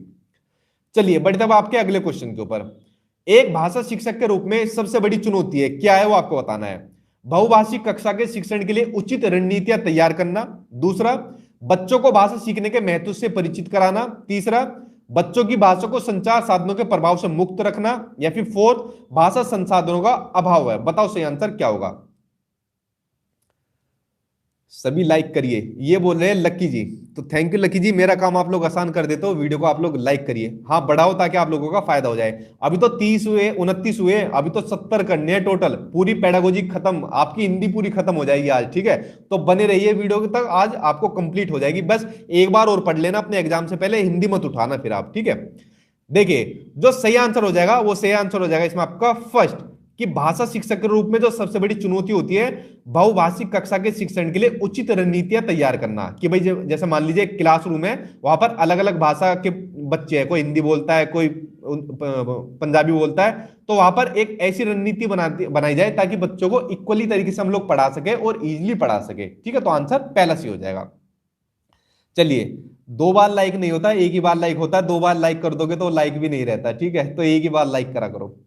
हिंदी भाषा के संदर्भ में एक महत्वपूर्ण उद्देश्य है कि बच्चे कई या लिखी हुई बात को शब्द से कह और लिख सके। दूसरा, वह अपना शब्द भंडार विकसित कर सके, व्याकरण के नियमों को याद कर सके। या फिर फोर्थ, कही या लिखी हुई बात आलोचनात्मक दृष्टि से परख सके। अच्छा क्वेश्चन है, बताइए इसी आंसर क्या होगा जी। ये मैं अपना काम करता चलता हूं, कुछ नेगेटिव आपको पहले गलत काट देता हूं, ठीक है। देखिए यहां पर जो सही आंसर हो जाएगा, सही आंसर हो जाएगा इसमें आपका फोर्थ, कि कहीं या लिखी हुई बात को आलोचनात्मक दृष्टि से परख सके। अब देखो आलोचनात्मक दृष्टि क्या बताई थी मैंने आपको, क्रिटिकल थिंकिंग बताया हुआ है, जहां पर गुण दोष के धर्म पर जो चीजें बताई जाती है। जैसे मान लीजिए मैं कह दूं कि जो महिलाएं होती है, ठीक है, जो लड़कियां होती है, महिलाएं होती है, ये घर का काम बहुत करती है, ठीक है। घर के अलावा बाहर का भी ऑफिस का काम बहुत करती है, बहुत मेहनती होती है महिलाएं। तो कमेंट बॉक्स में अभी लड़के टूट जाएंगे कि भाई वो महिलाओं के हिमायती। तो हम क्या है, हम नहीं करते कुछ भी काम, हम बाहर से कमा के लाते हैं और सब चीज काम करते हैं। तो पुरुष साथी टूट जाएंगे यहाँ पर। तो बेसिकली यहाँ पर क्या काम हो रहा है, यहाँ पर गुण दोष के धर्म के ऊपर बात करी जा रही है, यानी आपका आलोचनात्मक यही होता है आपका, ठीक है। तो कही या लिखी हुई बात को आलोचनात्मक दृष्टि से पूछ सके, परख सके, ये होता है आपका हिंदी भाषा के संदर्भ में एक महत्वपूर्ण उद्देश्य, ठीक है। तो आंसर हो जाएगा आपका चौथा सी हो जाएगा। चलिए बढ़ते अब आपके अगले क्वेश्चन की ओर। अगला क्वेश्चन आपको दिया हुआ है, विद्यालय या फिर कक्षा में समृद्ध भाषाई परिवेश से तात्पर्य है, क्या तात्पर्य है। मुख्य धारा की भाषा सुनने के अधिक से अधिक अवसर। दूसरा, बोलने सुनने पढ़ने लिखने के अधिक से अधिक अवसर। फोर्थ, एक से अधिक भाषाओं के शब्दकोश की उपलब्धता। फोर्थ, अध्यापक को एक से अधिक भाषाओं की जानकारी। बताओ सही आंसर क्या होगा। भाषाई परिवेश से तात्पर्य पूछा है स्कूल या क्लासरूम के अंदर। ज्योत्सना यादव आपको मिल जाएंगे, क्लास कंप्लीट होने के बाद आपको मैं दे दूंगा, तो बेफिक्र रहिए, ठीक है। देखिए जो इसका सही आंसर हो जाएगा वो सही आंसर हो जाएगा इसमें आपका, बताइए भाषा समृद्ध भाषाई परिवेश से क्या तात्पर्य है। दूसरा सही हो जाएगा भाई, बोलने सुनने पढ़ने लिखने के अधिक से अधिक अवसर देने चाहिए। मुख्य धारा की भाषा, ये मुख्य धारा की भाषा ना तो स्कूल में होनी चाहिए, क्लासरूम में होनी चाहिए, ना ही मेरे ख्याल से देश में होनी चाहिए, ठीक है। तो आंसर आपका दूसरा सही हो जाएगा, 31 का सेकंड सही हो जाएगा। चलिए बढ़ते अब आपके अगले क्वेश्चन की ओर। अगला क्वेश्चन आपको दिया हुआ है, भाषा डैश और डैश का एक उत्तम साधन है। इसके अंदर बताना है आपको, क्या पूछा जाएगा। सुनने बोलने सोचने, पढ़ने लिखने संप्रेषण, सोचने महसूस करने चीजों से जुड़ने, और पढ़ने लिखने समझने। बताइए इसे आंसर क्या होगा। अब आपने कहा था सर ऊपर आपने एक चीज बताई थी, जहां भी आपको भाषा देखने को मिले और संप्रेषण देखने को मिले, समझ जाना वही आंसर होगा। तो लगा दो यार इसका आंसर, ठीक है, बाकी पढ़ने की जरूरत भी नहीं है।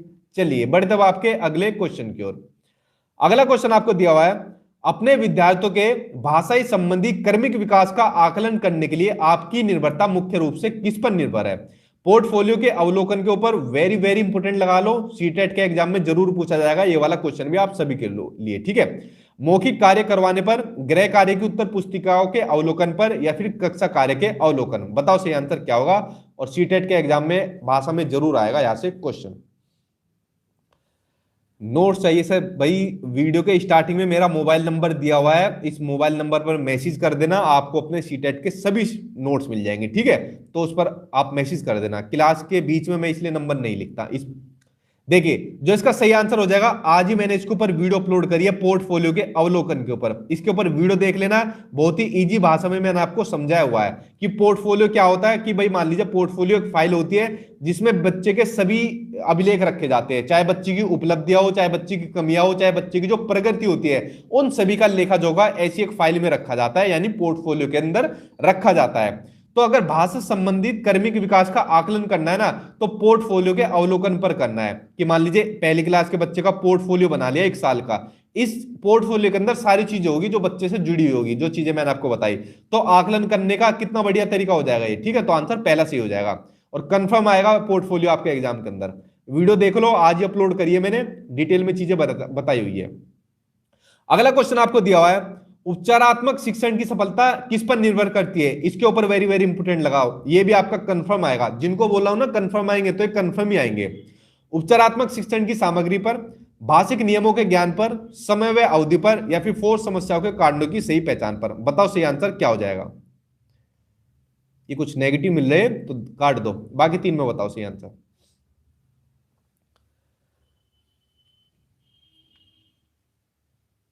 देखिए जो इसका सही आंसर हो जाएगा, पहले जान लीजिए उपचारात्मक शिक्षण के बारे में। देखिए 2 तरीके के शिक्षण होते हैं, एक तो होता है पहला आपका निदानात्मक, ठीक है, निदानात्मक यानी डायग्नोस्टिक। अब निदानात्मक में क्या होता है, इसमें सिर्फ समस्या की पहचान की जाती है, ठीक है, यानी जो समस्याओं के जो कारण है उसकी सिर्फ पहचान करना, ये होता है निदानात्मक यानी निदान करना।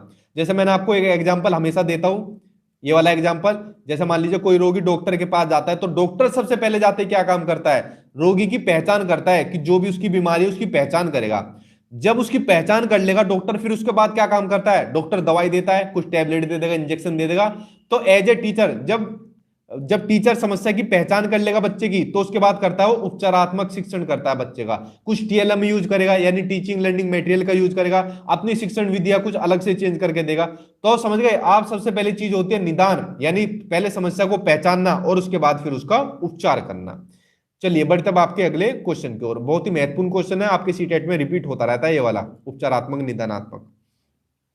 देखिए अगला क्वेश्चन है, बच्चे की भाषा के आकलन का सर्वाधिक प्रभावी तरीका कौन सा है, वो आपको बताना है। पहला, प्रश्नों के उत्तर देना। दूसरा, प्रश्न पूछना और पढ़ी गई सामग्री पर प्रतिक्रिया व्यक्त करना। तीसरा, श्रुत लेख यानी अच्छा लेख, या फिर चौथा, लिखित परीक्षा। बताइए सही आंसर क्या होगा। क्लास शुरू होती है डेली 8 बजे, ठीक है, 8 बजे से 8:30 बजे कभी भी डाल देता हूं। और अब आपकी सब मैराथन क्लास ही चलेगी। इसके बाद आपकी मैथ्स आएगी, मैथ्स के बाद आपकी सीडीपी आएगी, सीडीपी के बाद आपकी संस्कृत, ठीक है, संस्कृत के बाद इंग्लिश, और क्या बची, सोशल साइंस और साइंस। सभी की अब मैराथन क्लास चलेगी आपकी 8 बजे से, ठीक है। तो बेफिक्र रहिए, एग्जाम तक अपनी सीट बेल्ट टाइट पहनकर चलिए, क्योंकि मैं गाड़ी तेज चलाने वाला हूं। आंसर जो इसका सही हो जाएगा कि बच्चों की भाषा के आकलन का जो सबसे प्रभावी तरीका होगा, तो भाई सबसे प्रभावी तरीका हो जाएगा आपका प्रश्न पूछना और पढ़ी गई सामग्री पर प्रतिक्रिया व्यक्त करना। जितनी ज्यादा बच्चा प्रतिक्रिया बताएगा, अपनी व्यक्त करेगा, विचारों को व्यक्त करेगा, सबसे बढ़िया तरीका होता है आपका, ठीक है। चलिए बढ़ते अब आपके अगले क्वेश्चन पर। अगला क्वेश्चन आपका, भाषा का अस्तित्व एवं विकास डैश के बाहर नहीं हो सकता, परिवार, साहित्य, समाज या फिर विद्यालय। बताओ सही आंसर क्या होगा। अच्छा देखो, कुछ बच्चे फिर वही वाले आ गए कि सर आपकी वीडियो से पास हो जाएंगे, आपके नोट से पास हो जाएंगे। भाई ये अपना एक थिंकिंग जो है ना चेंज कर दो, अपना एक एटीट्यूड चेंज कर लो। अगर आप लोगों को जॉब चाहिए ना, तो पास वाला रूल मत रखो, ठीक है। पास से कभी भी कुछ नहीं हो पाओगे आप। पास से देख लेना, कट ऑफ बनती है आगे, वहां पे ये नहीं होता कि पास होना है। और सीटेट का जो सर्टिफिकेट है, लाखों बच्चे पास करके अपने घरों में बैठे हुए हैं, तो आपको भी उनकी तरह बैठना है। आपको तो जॉब चाहिए, इसके लिए मेहनत करनी पड़ेगी, अच्छा स्कोर लाना पड़ेगा अपने एग्जाम के अंदर। इसलिए पास वाला कमेंट मुझसे पूछा करिए। बताया हुआ है, सिर्फ मेरी वीडियो देख लो और जो नोट्स बनाए हैं वो देख लो। 2 चीजें सफिशिएंट है। जो इसको टारगेट लेकर चलता हूं 120 प्लस का, उसको अचीव करा दूंगा आपको, ठीक है। मेहनत आप लोग करिए, बाकी मैं मेरे ऊपर छोड़ दीजिए। आंसर जो सही हो जाएगा, आंसर सही हो जाएगा इसमें आपका थर्ड, समाज। कि भाषा का अस्तित्व एवं विकास समाज के बाहर नहीं हो सकता। परिवार भी समाज के अंदर आता है, विद्यालय भी समाज के अंदर आता है, समाज से ही तो सारी चीज सीखते हैं जो हम लोग सीखते हैं। तो आंसर सही हो जाएगा इसमें आपका तीसरा सही हो जाएगा, समाज हो जाएगा, ठीक है। बढ़ते अब आपके अगले क्वेश्चन के ऊपर। सर आपके नोट्स बहुत अच्छे हैं, आप जब 120 प्लस लाओगे तभी मैं मानूंगा, ठीक है, कि आप लोगों ने सही से पढ़ाई करी या नहीं। पहली कक्षा की भाषा अध्यापिका अपने एक विद्यार्थियों के भाषाई विकास के संबंध में चिंतित है क्योंकि विद्यार्थी पठन पाठन में रुचि प्रदर्शित नहीं करता है। दूसरा, विद्यार्थियों को घर पर बात करने के बहुत कम अवसर मिलते हैं। तीसरा, विद्यार्थियों के माता पिता की मातृभाषा अलग अलग है। चौथा, विद्यार्थी अपने साथियों से बहुत झगड़ता है। बताओ सही आंसर क्या होगा। बहुत ही अच्छा क्वेश्चन है, इसमें कंफ्यूज हो गए देखो आप लोग। हाँ, वो दूसरा जो चैनल है CP study point, CP study point पर भी आपको सोशल साइंस यानी जो एसएसटी होती है वो भी वहां पर कंप्लीट कराई जा रही है, सर कंप्लीट करा रहे हैं फरमान सर। तो इस चैनल को भी आप सब्सक्राइब कर लेना, वहां पर भी आपको सोशल साइंस का मिल जाएगा, ठीक है। देखिए, एक अध्यापिका अपने विद्यार्थी के भाषा विकास के संबंध में चिंतित है। क्यों? क्योंकि भाई विद्यार्थी को घर पर बात करने के बहुत कम अवसर मिलते हैं, और अगर बच्चों को भाषा के अपने अवसर ही नहीं मिल पाएंगे तो क्या भाषा का विकास हो पाना पॉसिबल है? नहीं हो पाएगा। तो भाषा विकास के लिए सबसे पहली चीज है अवसर मिलने चाहिए बच्चों को ज्यादा से ज्यादा। आंसर इसमें से हो जाएगा सेकंड से हो जाएगा। चलिए बढ़ते अब आपके अगले क्वेश्चन के ऊपर। अगला क्वेश्चन आपको, प्राथमिक स्तर पर कौन सा भाषा शिक्षण का उद्देश्य नहीं है? वेरी वेरी इंपोर्टेंट लगाओ। एक क्वेश्चन पूछा जाता है प्राथमिक स्तर पर भाषा शिक्षण का उद्देश्य, एक पूछा जाता है उच्च प्राथमिक स्तर पर भाषा शिक्षण का उद्देश्य है। चाहे आपका पेपर फर्स्ट हो चाहे पेपर 2 हो, ये वीडियो दोनों ही बच्चों के लिए महत्वपूर्ण है। कहा ना, इस वीडियो को देख लेना, आपकी हिंदी खत्म। तो यहां पर पूछा कौन सा उद्देश्य नहीं है, देख लेते कौन सा नहीं है। विभिन्न संदर्भों में, मैं तो आगे ऑप्शन भी नहीं पढ़ रहा, विभिन्न संदर्भ दिख गया तो ये तो होता है आपका पॉजिटिव, ठीक है। अगला है स्पष्टता एवं आत्मविश्वास के साथ अपनी बात कहना। तीसरा, वर्णमाला को क्रम से कंठस्थ करना, या आ गया आपके भाई साहब कंठस्थ यानी नेगेटिव। ध्वनि संकेत चिन्हों का संबंध बताना। बताओ सही आंसर क्या होगा। अब क्वेश्चन पूछा कौन सा भाषा शिक्षण का उद्देश्य नहीं है। अगर उद्देश्य नहीं है, नेगेटिव पूछा है, तो आंसर भी क्या होगा? आंसर आपका नेगेटिव हो जाएगा, यानी वर्णमाला को कंठस्थ करना। लेकिन बाकी के तीनों ऑप्शन क्या है? बाकी के तीन ऑप्शन आपके भाषा शिक्षण के उद्देश्य हैं। इनको अच्छे तरीके से कर लेना, आपके एग्जाम में आता भी है, ठीक है जी। Very good. वो वीडियो देखिए हमने, आपने पॉजिटिव और नेगेटिव टैग वर्ड के ऊपर नोट्स में भी मैंने एक चीज डाली हुई है, आप लोग देखते ही आंसर बता दोगे, ठीक है। अगला क्वेश्चन पढ़ते हैं। उच्च प्राथमिक स्तर पर भाषा सिखाने का एक महत्वपूर्ण उद्देश्य है, क्या है? पठित सामग्री का तार्किक विश्लेषण करना, पठित सामग्री के पक्ष में अपनी बात रखना, पठित सामग्री के विरुद्ध अपनी बात रखना, या फिर पठित सामग्री को ज्यों का त्यों प्रस्तुत करना। बताओ सही आंसर। देखो, जो आपकी हिंदी होती है, जो आपकी हिंदी होती है, इसमें क्वेश्चन जो आपके पूछे जाते हैं, रिपीट क्वेश्चन पूछा जाता है, रिपीटेड क्वेश्चन है, मान लीजिए एज इट इज आपको देखने को मिल जाएंगे हिंदी के अंदर, ठीक है। तो इन वाले जो 70 क्वेश्चन है, इन 70 क्वेश्चन को देख लेना, इन्हीं में से आपके सारे क्वेश्चन मिल जाएंगे जो आपके पेपर में मिलेंगे, ठीक है। बाकी सारे ही आपको रिपीट मिलेंगे, थोड़ा बहुत कुछ ऑप्शन इधर उधर करके दे देता है, वरना सारे रिपीट मिलते हैं आपको। आंसर जो सही हो जाएगा, यहां पर पूछा है उच्च प्राथमिक स्तर पर भाषा सिखाने का उद्देश्य है, तो इसके अंदर जो आपका आंसर से हो जाएगा वो हो जाएगा फर्स्ट पार्ट, पठित सामग्री का तार्किक विश्लेषण करना। क्योंकि यहां पर बात हो रही है उच्च प्राथमिक स्तर पर, बच्चा यानी बड़ा हो गया अब, तो तार्किक विश्लेषण कर सकता है, आंसर पहला से हो जाएगा। चलिए बढ़ते अब आपके अगले क्वेश्चन के ऊपर। अगला क्वेश्चन आपका, इसके ऊपर लगाओ वेरी वेरी, एक और वेरी लगाओ, वेरी इंपोर्टेंट क्वेश्चन, कंफर्म पूछा जाएगा आपके सीटेट के एग्जाम के ऊपर, इसलिए इस क्वेश्चन को ध्यान से पढ़ना। देखिए क्वेश्चन दिया हुआ है, भाषा अर्जन और भाषा दिगम में अंतर का आधार नहीं है, सांस्कृतिकता, कुशलता, स्वाभाविकता, या फिर सहजता। बताइए से आंसर आपका क्या हो जाएगा। बहुत ही महत्वपूर्ण क्वेश्चन, बहुत ही अच्छा क्वेश्चन। सर आपके पढ़ाने का तरीका बहुत अच्छा है, एक बारी में समझ आ जाता है। फोर्थ तार्किक विश्लेषण, वो तो ऊपर गया। देखिए इसको समझिए, मैंने आपको क्या बताया था, भाषा अर्जन क्या होता है? जब कोई बच्चा किसी भाषा को प्राकृतिक रूप से सीख लेता है, ठीक है, ये चीज मैंने आपको बताई हुई है कि कोई बच्चा जब किसी लैंग्वेज को नेचुरल प्रोसेस के थ्रू सीख लेता है। जैसे जो मेरी अभी भाषा है, मैं कौन सी बोल रहा हूँ? हिंदी भाषा में बोल रहा हूँ, या चाहे जो कि भी आप लोगों की भाषा होगी, हिंदी होगी, जो भी होगी आपकी भाषा, इसको आप लोग प्राकृतिक रूप से सीख गए। भाई अपने घर के अंदर ये भाषा बोली जाती थी, उसको कॉपी करके अनुकरण करके सीख गए, ये होती है आपकी भाषा अर्जन। एक होती है आपकी भाषा अधिगम, इसको सीखने के लिए पड़ती है भाई संसाधनों की जरूरत, ठीक है। तो इसको लिख लीजिए, यहां पर लिख लेता हूं, भाषा सीखने के लिए जरूरत पड़ती है संसाधनों की। जैसे कि अब मान लीजिए मुझे हिंदी भाषा है मेरी, अब मुझे दूसरी भाषा सीखनी है इंग्लिश, तो भाई इंग्लिश सीखने के लिए क्या जरूरत पड़ेगी? इंग्लिश का टीचर होना चाहिए, इंग्लिश के मुझे रूल पता होनी चाहिए, इंग्लिश की मुझे बुक पता होनी चाहिए। तो यहां पर संसाधनों की जरूरत पड़ रही है। तो इसमें पूछा है कौन सा अंतर का आधार नहीं है। तो देखो, स्वाभाविकता और सहजता अंतर का आधार है। जो आपकी भाषा अर्जन होती है वो स्वाभाविक भी होती है और सहज भी होती है, यानी इजीली सीख लेता है इसको हर कोई। और सांस्कृतिकता का तो प्रभाव दोनों के ऊपर ही पड़ता है। तो आधार नहीं है, वो आंसर आपका सेकंड, कुशलता आंसर आपका सही हो जाएगा। तो समझ गए क्वेश्चन को आप लोग? बहुत ही इंपॉर्टेंट क्वेश्चन है, वेरी वेरी इंपॉर्टेंट लगा लेना, आपके एग्जाम में जरूर देखने को मिलेगा। ठीक है, और क्वेश्चन आपका ये भी पूछा गया है कि जो भाषा अर्जन होती है क्या होती है, तो सहज होती है और स्वाभाविक होती है। और जो भाषा अधिगम होती है ये होती है आपकी जटिल होती है। भाई अगर मुझे इंग्लिश सीखने को कहा जाए तो कहीं ना कहीं मुझे थोड़ी बहुत मुश्किल तो आएगी। चलिए बढ़ते अब आपके अगले क्वेश्चन की ओर। आपकी दृष्टि में अभ्यास क्या है? बच्चों को तार्किक बनाते हैं, बच्चों को भाषा के बारे में बताते हैं, बच्चों को उत्तर देना सिखाते हैं, या फिर पाठ को समझने में मदद करते हैं? सही आंसर लिखिए। देखिए जो इसका सही आंसर हो जाएगा वो सही आंसर हो जाएगा इसमें आपका फर्स्ट, कि बच्चों को तार्किक बनाते हैं। जितना बच्चा अभ्यास करेगा उतना बच्चा तार्किक बनेगा। जैसे आज की वीडियो देखने के बाद एक बार और देख लेना इस वीडियो को, एग्जाम से पहले आप लोग तार्किक बन जाओगे। जितने भी क्वेश्चन आंसर है सबका सही आंसर दे दोगे अपने एग्जाम में। अगला क्वेश्चन है, भाषा की पाठ्य पुस्तकें भाषा सीखने की एकमात्र संस्थान है, अभ्यास परक ही होनी चाहिए, साधन है, या फिर साध्य है? बताओ सही आंसर क्या हो जाएगा? ये दिख गया ही, इसको देखते ही मैंने काट दिया गलत। अब बताओ तीन में से। भाषा की जो पाठ्य पुस्तकें होती है, तो देखिए ये इसका जो सही आंसर हो जाएगा थर्ड, एक साधन होती है, एक रिसोर्स होती है। जो भी पाठ्य पुस्तकें होगी तो समस्या थोड़ी होगी, ठीक है, तो एक साधन होती है हमेशा, इस बात को ध्यान रख लीजिए। बढ़ते अब आपके अगले क्वेश्चन के ऊपर। आज मेरा गला खराब नहीं होगा, पूरी कंप्लीट कराऊंगा आज ये वाली, ठीक है। एनसीईआरटी में गला खराब हो गया था पढ़ाते पढ़ाते आज नहीं करूंगा बिल्कुल। भाषा शिक्षण की किस विधि में मातृभाषा को मध्यस्थ नहीं रखा जाता? व्याकरण विधि, सूत्र विधि, अनुवाद विधि, प्रत्यक्ष विधि? बताओ सही आंसर आपका क्या हो जाएगा?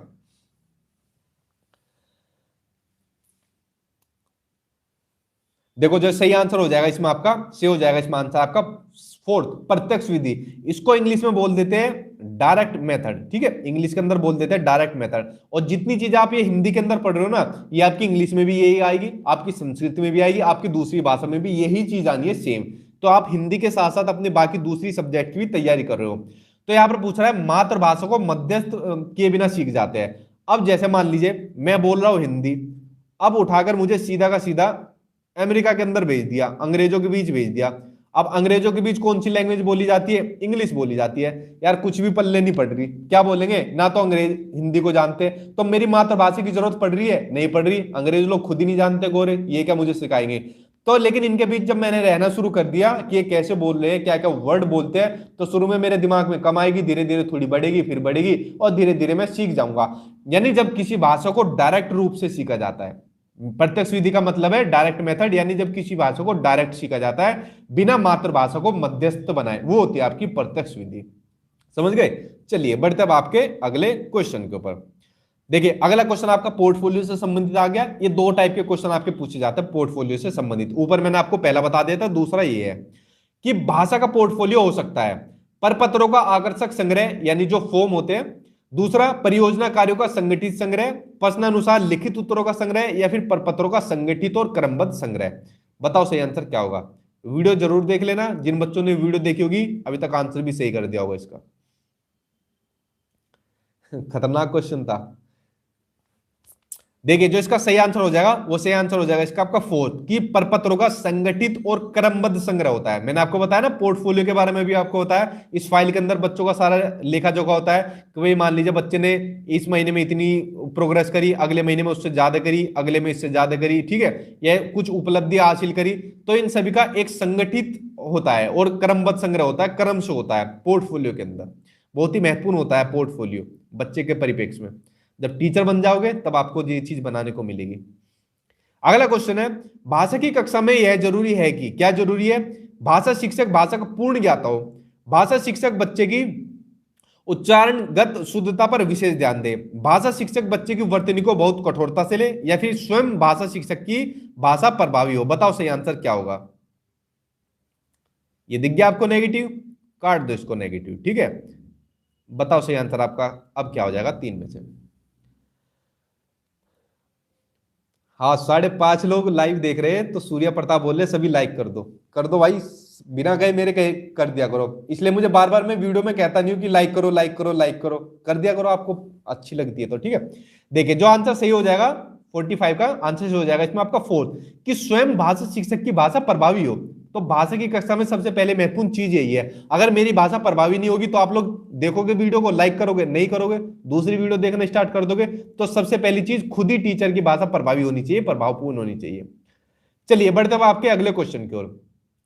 समावेशी कक्षा में बच्चे की आवश्यकताओं को पूरा करने में भाषा शिक्षक के रूप में आपकी मुख्य जिम्मेदारी नहीं है, ध्यान से पढ़ना, नहीं है। बच्चों की भाषा संबंधी क्षमताओं की पहचान करना। दूसरा, बच्चों को विभिन्न प्रकार की दृश्य सर्वे सामग्री उपलब्ध करवाना। तीसरा, बच्चों को आकलन करते समय अति उदार बनना। चौथा, विभिन्न संकल्पनाओं वाले बच्चों के लिए उपलब्ध संसाधनों की खोज करना। बताओ सही आंसर क्या होगा। वेरी वेरी इंपोर्टेंट लगा लो, 1 नंबर का ये भी जरूर पूछा जाएगा। समावेशी कक्षा या फिर समावेशी शिक्षा से संबंधित मैंने आपको बताया हुआ है, एक ऐसी कक्षा जहां पर सभी बच्चों को समान रूप से समान शिक्षा दी जाती है बिना किसी भेदभाव के, जैसे मैं आप सभी बच्चों को देता हूं समान शिक्षा। देखिए जो इसका सही आंसर हो जाएगा वो सही आंसर हो जाएगा आपका 3rd, कि बच्चों को आकलन करते समय अति उदार नहीं बनना चाहिए। ठीक है, कि भाई बहुत ज्यादा उदार बन गए इसमें एक टीचर को, कि भाई ले मैं तुझे इतने नंबर दे रहा हूं, ले जाके तू पास हो जाए, ले इस काम को ऐसा कर दे, ज्यादा अति उदार नहीं बनना चाहिए। आंसर तीसरा हो जाएगा। लेकिन आपके तीनों के बाकी 3 आपके पॉजिटिव है, इनको अच्छी तरीके से देख लेना, ये आपके बहुत ही महत्वपूर्ण है। चलिए बढ़ते अब आपके अगले क्वेश्चन के ऊपर। अगला क्वेश्चन आपको दिया हुआ है, भाषा सीखने का व्यवहारवादी दृष्टिकोण किस पर बल देता है, अनुकरण पर, रचनात्मकता पर, भाषा प्रयोग पर, या फिर अभिव्यक्ति पर। बताओ सही आंसर क्या होगा।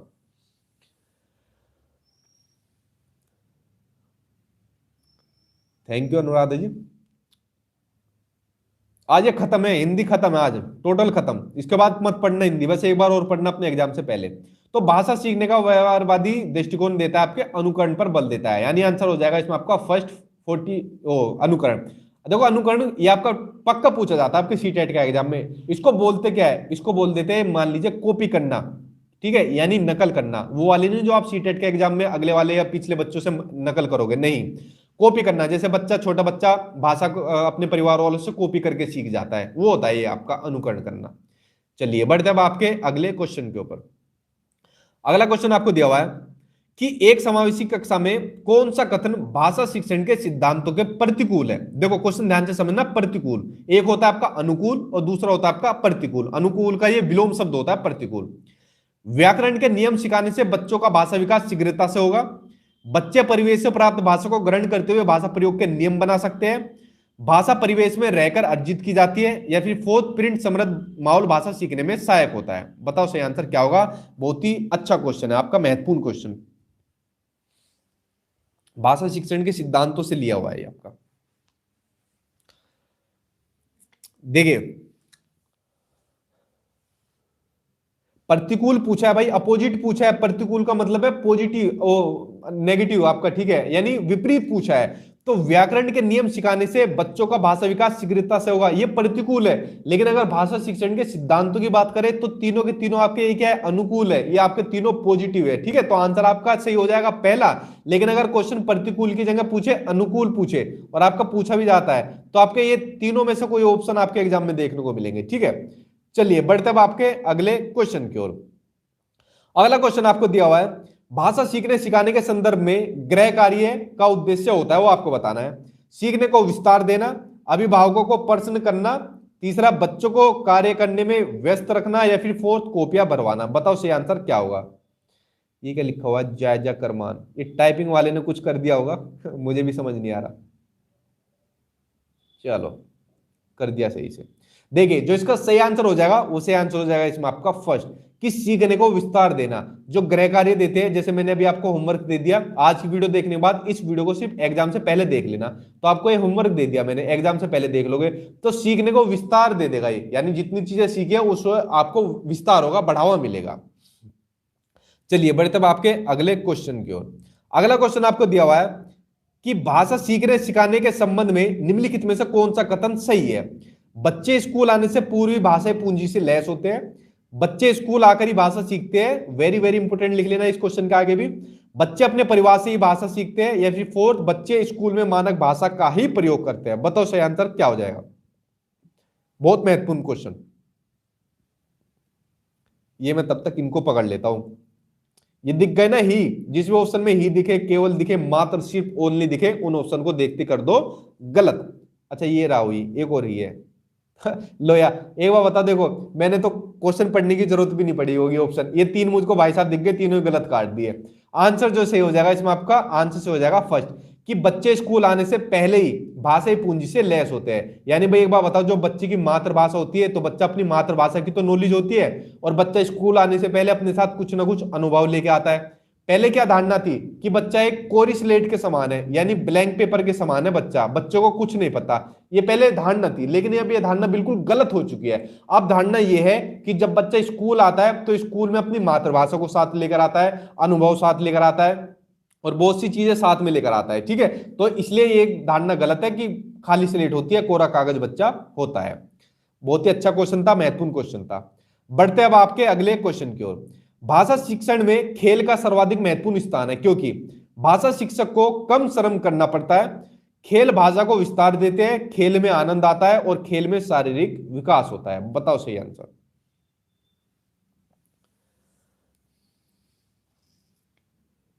देखो जो इसका सही आंसर हो जाएगा वो सही आंसर हो जाएगा इसमें आपका सेकंड। जो खेल होता है वो भाषा को विस्तार देता है। ठीक है, आनंद और शारीरिक विकास तो होता ही है, लेकिन अगर बात मोस्ट अप्रोप्रिएट की बात आ जाएगी तो आपका सेकंड हो जाएगा। और देखो जिस भी ऑप्शन में आपको ये मिले ना कि कोई भी शिक्षक को कम काम करना पड़े, कम श्रम करना पड़े, कम मेहनत करनी पड़े, वो ऑप्शन गलत कर देना है। ठीक है, यानी ज्यादा से ज्यादा काम करवाना है टीचर से।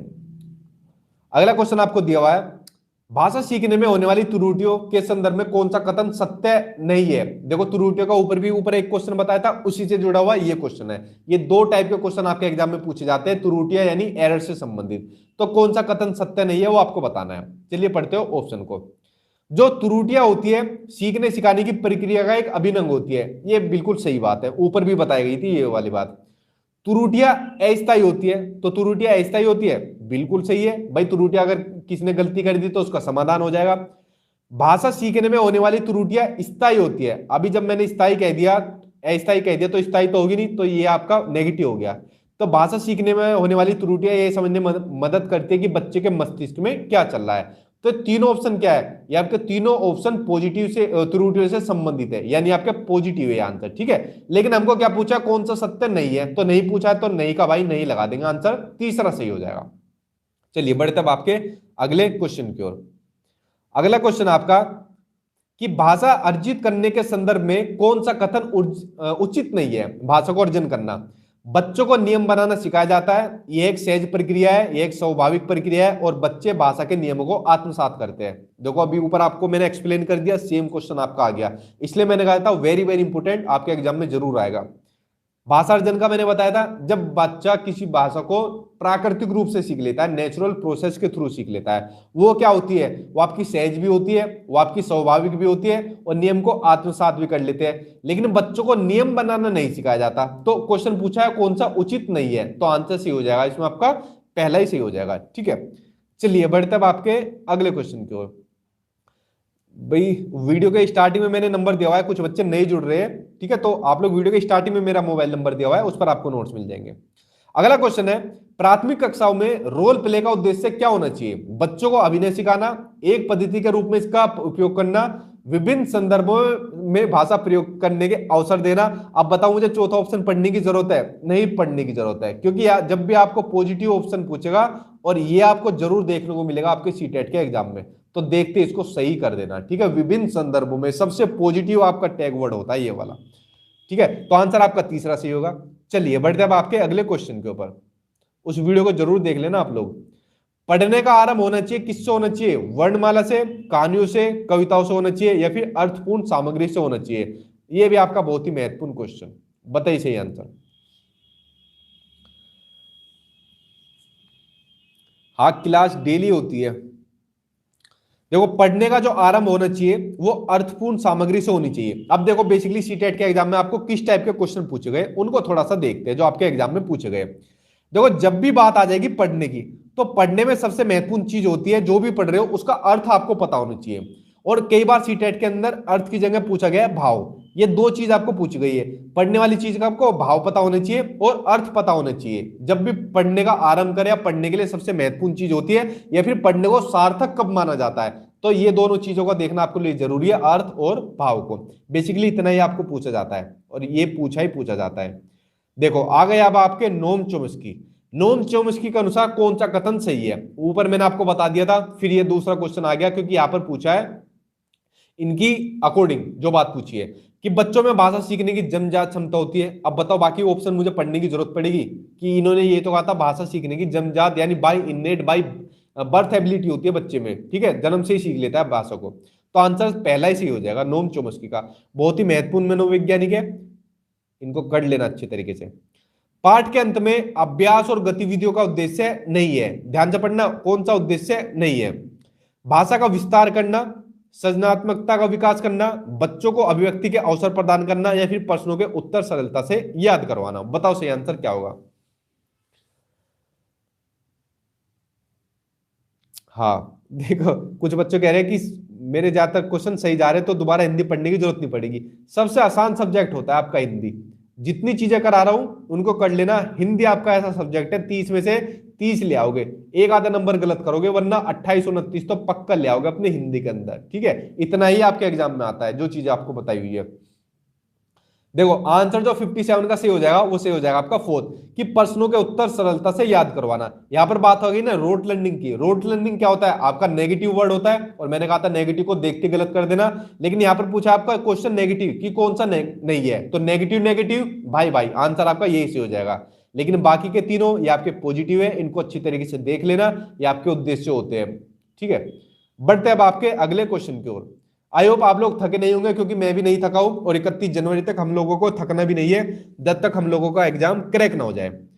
भाषा की पाठ्य पुस्तक का निर्माण करते समय सबसे कम महत्वपूर्ण बिंदु क्या होंगे? भाषा की विभिन्न छटाएं, अभ्यासों में वैविध्य, पाठों की संख्या या फिर विषय वस्तु यानी जो कंटेंट होता है उसमें वैविध्य। बताओ सही आंसर क्या होगा? नहीं मैथ नहीं आता रीना सिंह, एसएसटी वालों के लिए पेपर 2 में मैथ नहीं आएगा।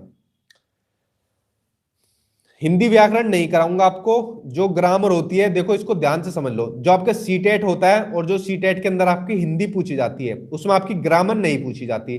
जो मुश्किल के 2 से लेकर 3 क्वेश्चन पूछे जाते हैं वो आपके पैराग्राफ यानी गद्यांश और काव्यांश आते हैं, तो इसके लिए आपको ग्रामर पढ़ने की जरूरत नहीं है। ग्रामर पूछी जाती है आपकी टेट के एग्जाम में, तो वहां आपको ग्रामर पढ़ने की जरूरत है, ठीक है। देखो जो इसका सही आंसर हो जाएगा वो सही आंसर हो जाएगा इसमें आपका थर्ड, कि पाठों की संख्या। ये पाठों की संख्या से कोई महत्वपूर्ण मतलब नहीं है भाई। पाठ्य पुस्तक यानी टेक्स्ट बुक का निर्माण कर रहे हैं तो कोई कंटेंट एक चैप्टर में कंप्लीट हो गया तो इसके लिए 10 चैप्टर थोड़ी बना दूंगा मैं। तो बाकी तीनों महत्वपूर्ण है लेकिन ये महत्वपूर्ण नहीं है। चलिए बढ़ते अब आपके अगले क्वेश्चन की ओर। अगला क्वेश्चन है पाठ के अंत में अभ्यास और गतिविधियां देने का उद्देश्य क्या है? बच्चों को अभिव्यक्ति के अवसर देना। देखो पहला ही कितना पॉजिटिव आ गया कि बच्चों को अभिव्यक्ति के अवसर देना चाहिए, पहले पॉजिटिव। बच्चों को व्यस्त रखने हेतु गतिविधियां बनाना, बच्चों को याद करने हेतु सामग्री उपलब्ध कराने में सहायता करना या फिर फोर्थ गृह कार्य की सामग्री जुटाना, ठीक है। और बहुत जल्दी बच्चों ने आंसर दिया है, पहला ही सही है, बच्चों को अभिव्यक्ति के अवसर देना। जहां पर अवसर देने की बात आ जाएगी, बच्चों को ज्यादा से ज्यादा अवसर देने की बात आ जाएगी, समझ जाना आपका पॉजिटिव है, देखते ही सही कर देना। चलिए बढ़ते अब आपका अगले क्वेश्चन की ओर। अगला क्वेश्चन आपका कहानी और कविताओं से, कि कहानी कविता गीतों और नाटकों के माध्यम से बच्चे क्या काम करते हैं? केवल मूल्यों का अर्जन करते हैं। ऑप्शन भी पूरा नहीं पढ़ूंगा, केवल आ गया, दूसरे ऑप्शन में भी केवल आ गया, बाकी तीसरे पे पढ़ते, चौथे में भी केवल है। देखो 3 केवल दिख गए। मैंने क्या कहा था, जहां पर भी आपको केवल देखने को मिले उन ऑप्शन को देखते ही गलत कर देना, यानी आपका आंसर सीधा अपने आप ही निकल कर आ गया। कितना जल्दी टाइम बच गया।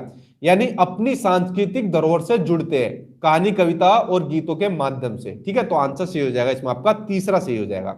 और इन टैग वर्ड को जरूर देख लेना जो आपको पॉजिटिव नेगेटिव बताता जा रहा हूं, इनसे आपको बहुत ज्यादा हेल्प मिलेगी। भाषा अवबोधन से संबंध विकार है। देखो ये विकार आपका बच गया था, बाकी के सारे उप विकार इससे पहले क्वेश्चन थे उसमें कंप्लीट करा चुका हूं, आपका विकार कंप्लीट। ये वाला विकार और देख लो, ये किससे संबंधित होता है वो आपको बताना है। चलाघात से, पठन वैकल्य से, वाक संबंधी रोग से या फिर भाषागत से। बताओ सही आंसर। संस्कृत की मैराथन रखूंगा मैं इसके बाद, बेफिक्र रहिए संस्कृत के लिए भी। आप लोग सिर्फ पढ़िए, कंटेंट मैं आपको दूंगा, ठीक है। आप सिर्फ पढ़िए और कुछ मत करिए। देखो, जो इसका सही आंसर हो जाएगा, यहां पर पूछा है भाषा अवबोधन से संबंधित विकार, यानी जब बच्चा बच्चा अपनी भाषा को अभिव्यक्त नहीं कर पाता। जैसे मान लीजिए एक छोटी बच्ची है, अपने पापा से बात कर रही है, किसके ऊपर, फोन पर बात कर रही है। अब ये फोन पर कहना तो बहुत कुछ चाहती है कि पापा क्या काम करा है, ये हुआ है, वो हुआ है, लेकिन बोलना नहीं आ रहा, यानी अपनी भाषा को अभिव्यक्त नहीं कर पा रही है पापा के सामने। तो ये क्या हो जाएगा, ये हो जाएगा आपका डिस्फेजिया, यानी अफेजिया इसको बोल देते हैं, भाषागत विकार हो जाएगा। जिनका आगे ए लग जाता है समझ लो वो परमानेंट विकार होता है, यानी उस विकार को सही नहीं किया जा सकता। और जिनका आगे बताया डी लगता है तो इसको सही किया जा सकता है। ठीक है, चलिए आपके विकार सारे कंप्लीट करा दिया आज वीडियो के अंदर। अगला क्वेश्चन आपका, उच्च प्राथमिक स्तर पर समझकर पढ़ने के संदर्भ में सर्वाधिक महत्वपूर्ण क्या होगा? तीव्र गति से पढ़ जाना, बोल बोलकर शुद्ध उच्चारण के साथ पढ़ना, लिखित सामग्री में शब्दों की पहचान करना, या फिर फोर्थ किसी लिखित सामग्री का निहितार्थ समझना। बताओ सही आंसर क्या हो जाएगा। बुक तो ये जो बुक है ना, मैं बार बार बोलता हूं बुक मत पढ़िए, ये फेल करा देंगी बुक, इतनी बेकार बुक होती है। ठीक है, आप लोग बुक के ऊपर पूरा पैसा खर्च करते हो, ठीक है, कि कई हर सब्जेक्ट की बुक लेकर आ जाओगे, सबसे ज्यादा पैसा खर्च होता है बुक के ऊपर, लेकिन पैसा खर्च होने के बाद भी मिलता क्या है, गलत आंसर। 150 नंबर का अगर ये क्वेश्चन सेट बनाएंगे तो 20 से 25 क्वेश्चन गलत देंगे बुक वाले। इन्हें मतलब ही नहीं है बच्चा फेल हो रहा है क्या हो रहा है, बस इनकी कमाई होनी चाहिए। ठीक है, इसलिए तो मैंने अपने वो नोट्स बनाए थे कि बुक का जंजाल ही खत्म कर दो, कि बच्चा इन नोट्स को एक बार ले, सारा मेटेरियल इसके अंदर मिल जाए और बच्चा अच्छे नंबर से पास हो जाए। ठीक है, इसलिए बुक के चक्कर में ना पड़िए। आंसर से हो जाएगा इसमें आपका फोर्थ, किसी लिखित सामग्री का निहितार्थ समझना। ठीक है, यह हो जाएगा आपका उच्च प्राथमिक स्तर पर समझकर पढ़ने के संदर्भ में बात हो रही है, आंसर चौथा से हो जाएगा। चलिए बढ़ते अब आपके अगले क्वेश्चन के ऊपर। अगला क्वेश्चन आपका, लेखन क्षमता का विकास करने के संदर्भ में आपके लिए सबसे अधिक महत्वपूर्ण क्या होगा? सुंदर लेखन का अभ्यास करना, मानक वर्तनी का प्रयोग, सुनी पढ़ी और समझी हुई बातों की स्वाभाविक लिखित अभिव्यक्ति, या फिर फोर्थ दिए हुए बिंदु और निर्देशों के आधार पर निबंध लिखना। बताओ सही आंसर। बुक से मत पढ़ो, बहुत गलत मिलेंगे बुक के अंदर। देखो, जब भी बात हो जाएगी आपकी लेखन क्षमता की, ठीक है, तो लेखन क्षमता में जहां पर भी अपने विचारों को अभिव्यक्त करने की बात हो जाएगी कि भाई जो भी आपके विचार है लिखो उनको, आप जो भी आपके विचार आपके माइंड में आ रहे हो लिखिए, तो सबसे मोस्ट अप्रोप्रिएट आपका आंसर यही होगा आपका। ठीक है, तो आंसर इसमें आपका तीसरा सही हो जाएगा। चलिए बढ़ते अब आपके अगले क्वेश्चन की ओर। अगला क्वेश्चन आपको दिया हुआ है कि बच्चों की भाषा क्षमता का आकलन करने की दृष्टि से निम्नलिखित में से कौन सा प्रश्न सर्वाधिक उपयोगी एवं सार्थक है? नीचे दिए गए शब्दों के वचन बदलिए, तितली का और चूहे का वचन बदल दो। ठीक है, यानी इसको एक वचन से बहुवचन कर दो। नीचे लिखे गए वाक्य को पढ़कर सुनाइए, मुझे कहानी सुनना अच्छा लगता है। फेरी वालों की आवाज सुनिए और किसी एक का कक्षा में अभिनय करके दिखाइए। फोर्थ, नीचे लिखे गए शब्दों को पढ़कर सुनाइए, जंगल और धरती। बताओ सही आंसर क्या होगा? भाषा क्षमता का आकलन करने का सबसे बढ़िया तरीका देखो, जब अगर किसी बच्चे की भाषा क्षमता का आकलन करना है तो उसको रोल प्ले दे दो।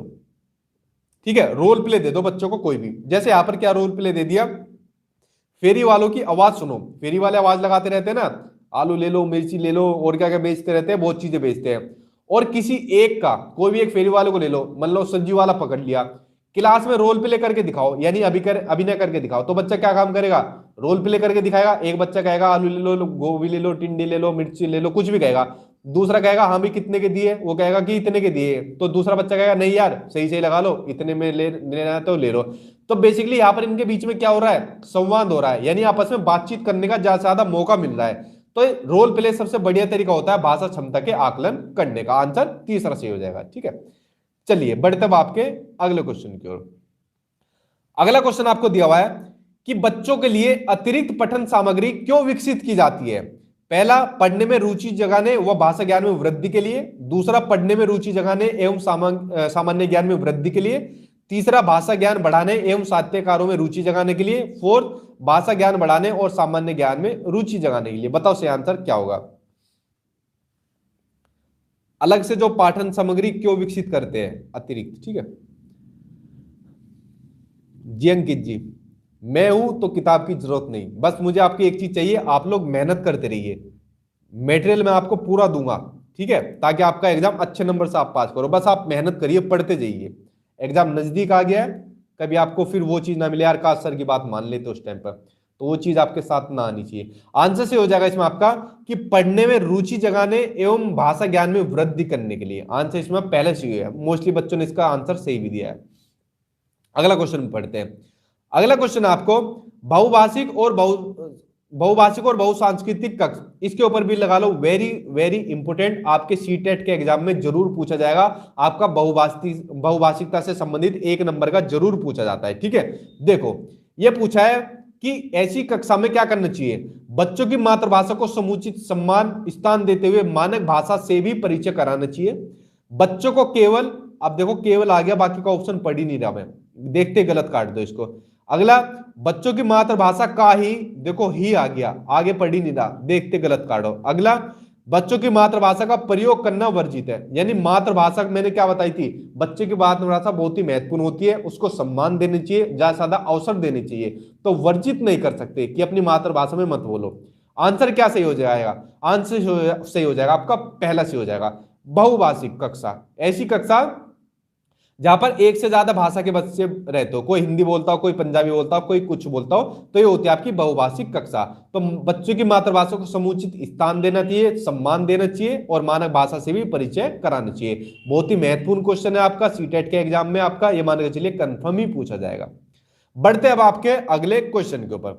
अगला क्वेश्चन आपको दिया हुआ है कि भाषा शिक्षण में बालक में मौखिक कौशल के विकास के लिए सबसे कम महत्वपूर्ण क्या है, वो आपको बताना है। किसी विषय पर चर्चा करना, बच्चे की बात को धैर्य से सुनना, प्रश्नों के उत्तर पूछना, या फिर फोर्थ अपनी बात कहने का पूरा मौका देना। बताओ सबसे कम महत्वपूर्ण क्या होगा।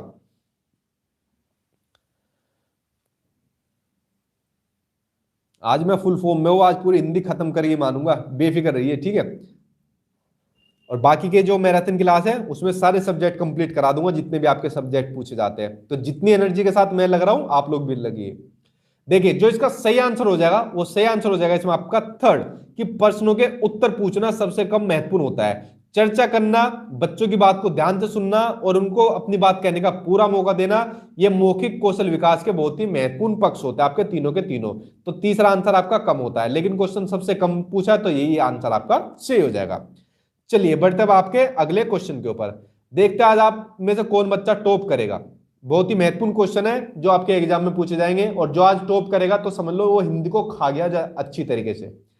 क्वेश्चन है, प्राथमिक स्तर पर बच्चों की पठन क्षमता का आकलन करने में, यहां पर बात हो रही है पठन क्षमता यानी पढ़ने की क्षमता, किस प्रकार की सामग्री सर्वाधिक महत्वपूर्ण होगी। आतंकवाद पर आधारित निबंध, बाल साहित्य की कोई संवादात्मक कहानी, पाठ्य पुस्तक, या फिर औपचारिक पत्र। बताइए सही आंसर क्या होगा। देखो एक चीज तो जान लो, जब भी प्राथमिक क्लास की बात आ जाएगी तो आपको इस तरीके के टॉपिक नहीं पढ़ाने बच्चों को आतंकवाद के ऊपर। जब बच्चा थोड़ा बड़ा हो जाए तो आप उसको पढ़ा सकते हो। बेसिकली आतंकवाद बच्चा नहीं समझ पाएगा, इतनी चीजों से रिलेट भी नहीं होती। ठीक है, तो आतंकवाद, औपचारिक पत्र, या आपके नेगेटिव बैठेंगे। और मैंने आपको क्या बताया था, जिस ऑप्शन में आपको पाठ्य पुस्तक देखने को मिले उसको तो देखते ही गलत काट देना। तो इसमें सही आंसर हो जाएगा आपका सेकंड हो जाएगा, बाल साहित्य की कोई संवादात्मक कहानी उसको सुना दो, पठन क्षमता का आकलन हो जाएगा। बहुत ही बढ़िया। बढ़ते अब आपके अगले क्वेश्चन के ऊपर। अगला क्वेश्चन आपको दिया हुआ है, समग्र भाषा पद्धति पर आधारित कक्षा कैसी होनी चाहिए। गतिविधियों के आयोजन पर बल देती है, बच्चों के भाषाई विकास की स्पष्ट समझ पर बल देती है, बाल साहित्य को पढ़कर सुनाने पर बल देती है, या फिर फोर्स सभी भाषा को सीखने पर बल देती है।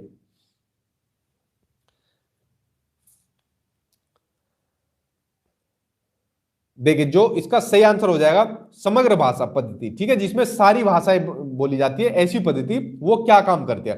तो देखिए सही आंसर आपका सेकंड, कि बच्चे के भाषाई विकास की स्पष्ट समझ पर बल देती है। आंसर सही हो जाएगा सेकंड। चलिए बढ़ते अब आपके अगले यानी फाइनल क्वेश्चन के ऊपर। ये रहा आपकी स्क्रीन पर, और बहुत ही महत्वपूर्ण क्वेश्चन आपका उद्देश्य से पूछा हुआ, उच्च प्राथमिक स्तर पर या प्राथमिक स्तर पर जो आपको उद्देश्य से पूछा जाता है आपका 1 नंबर का।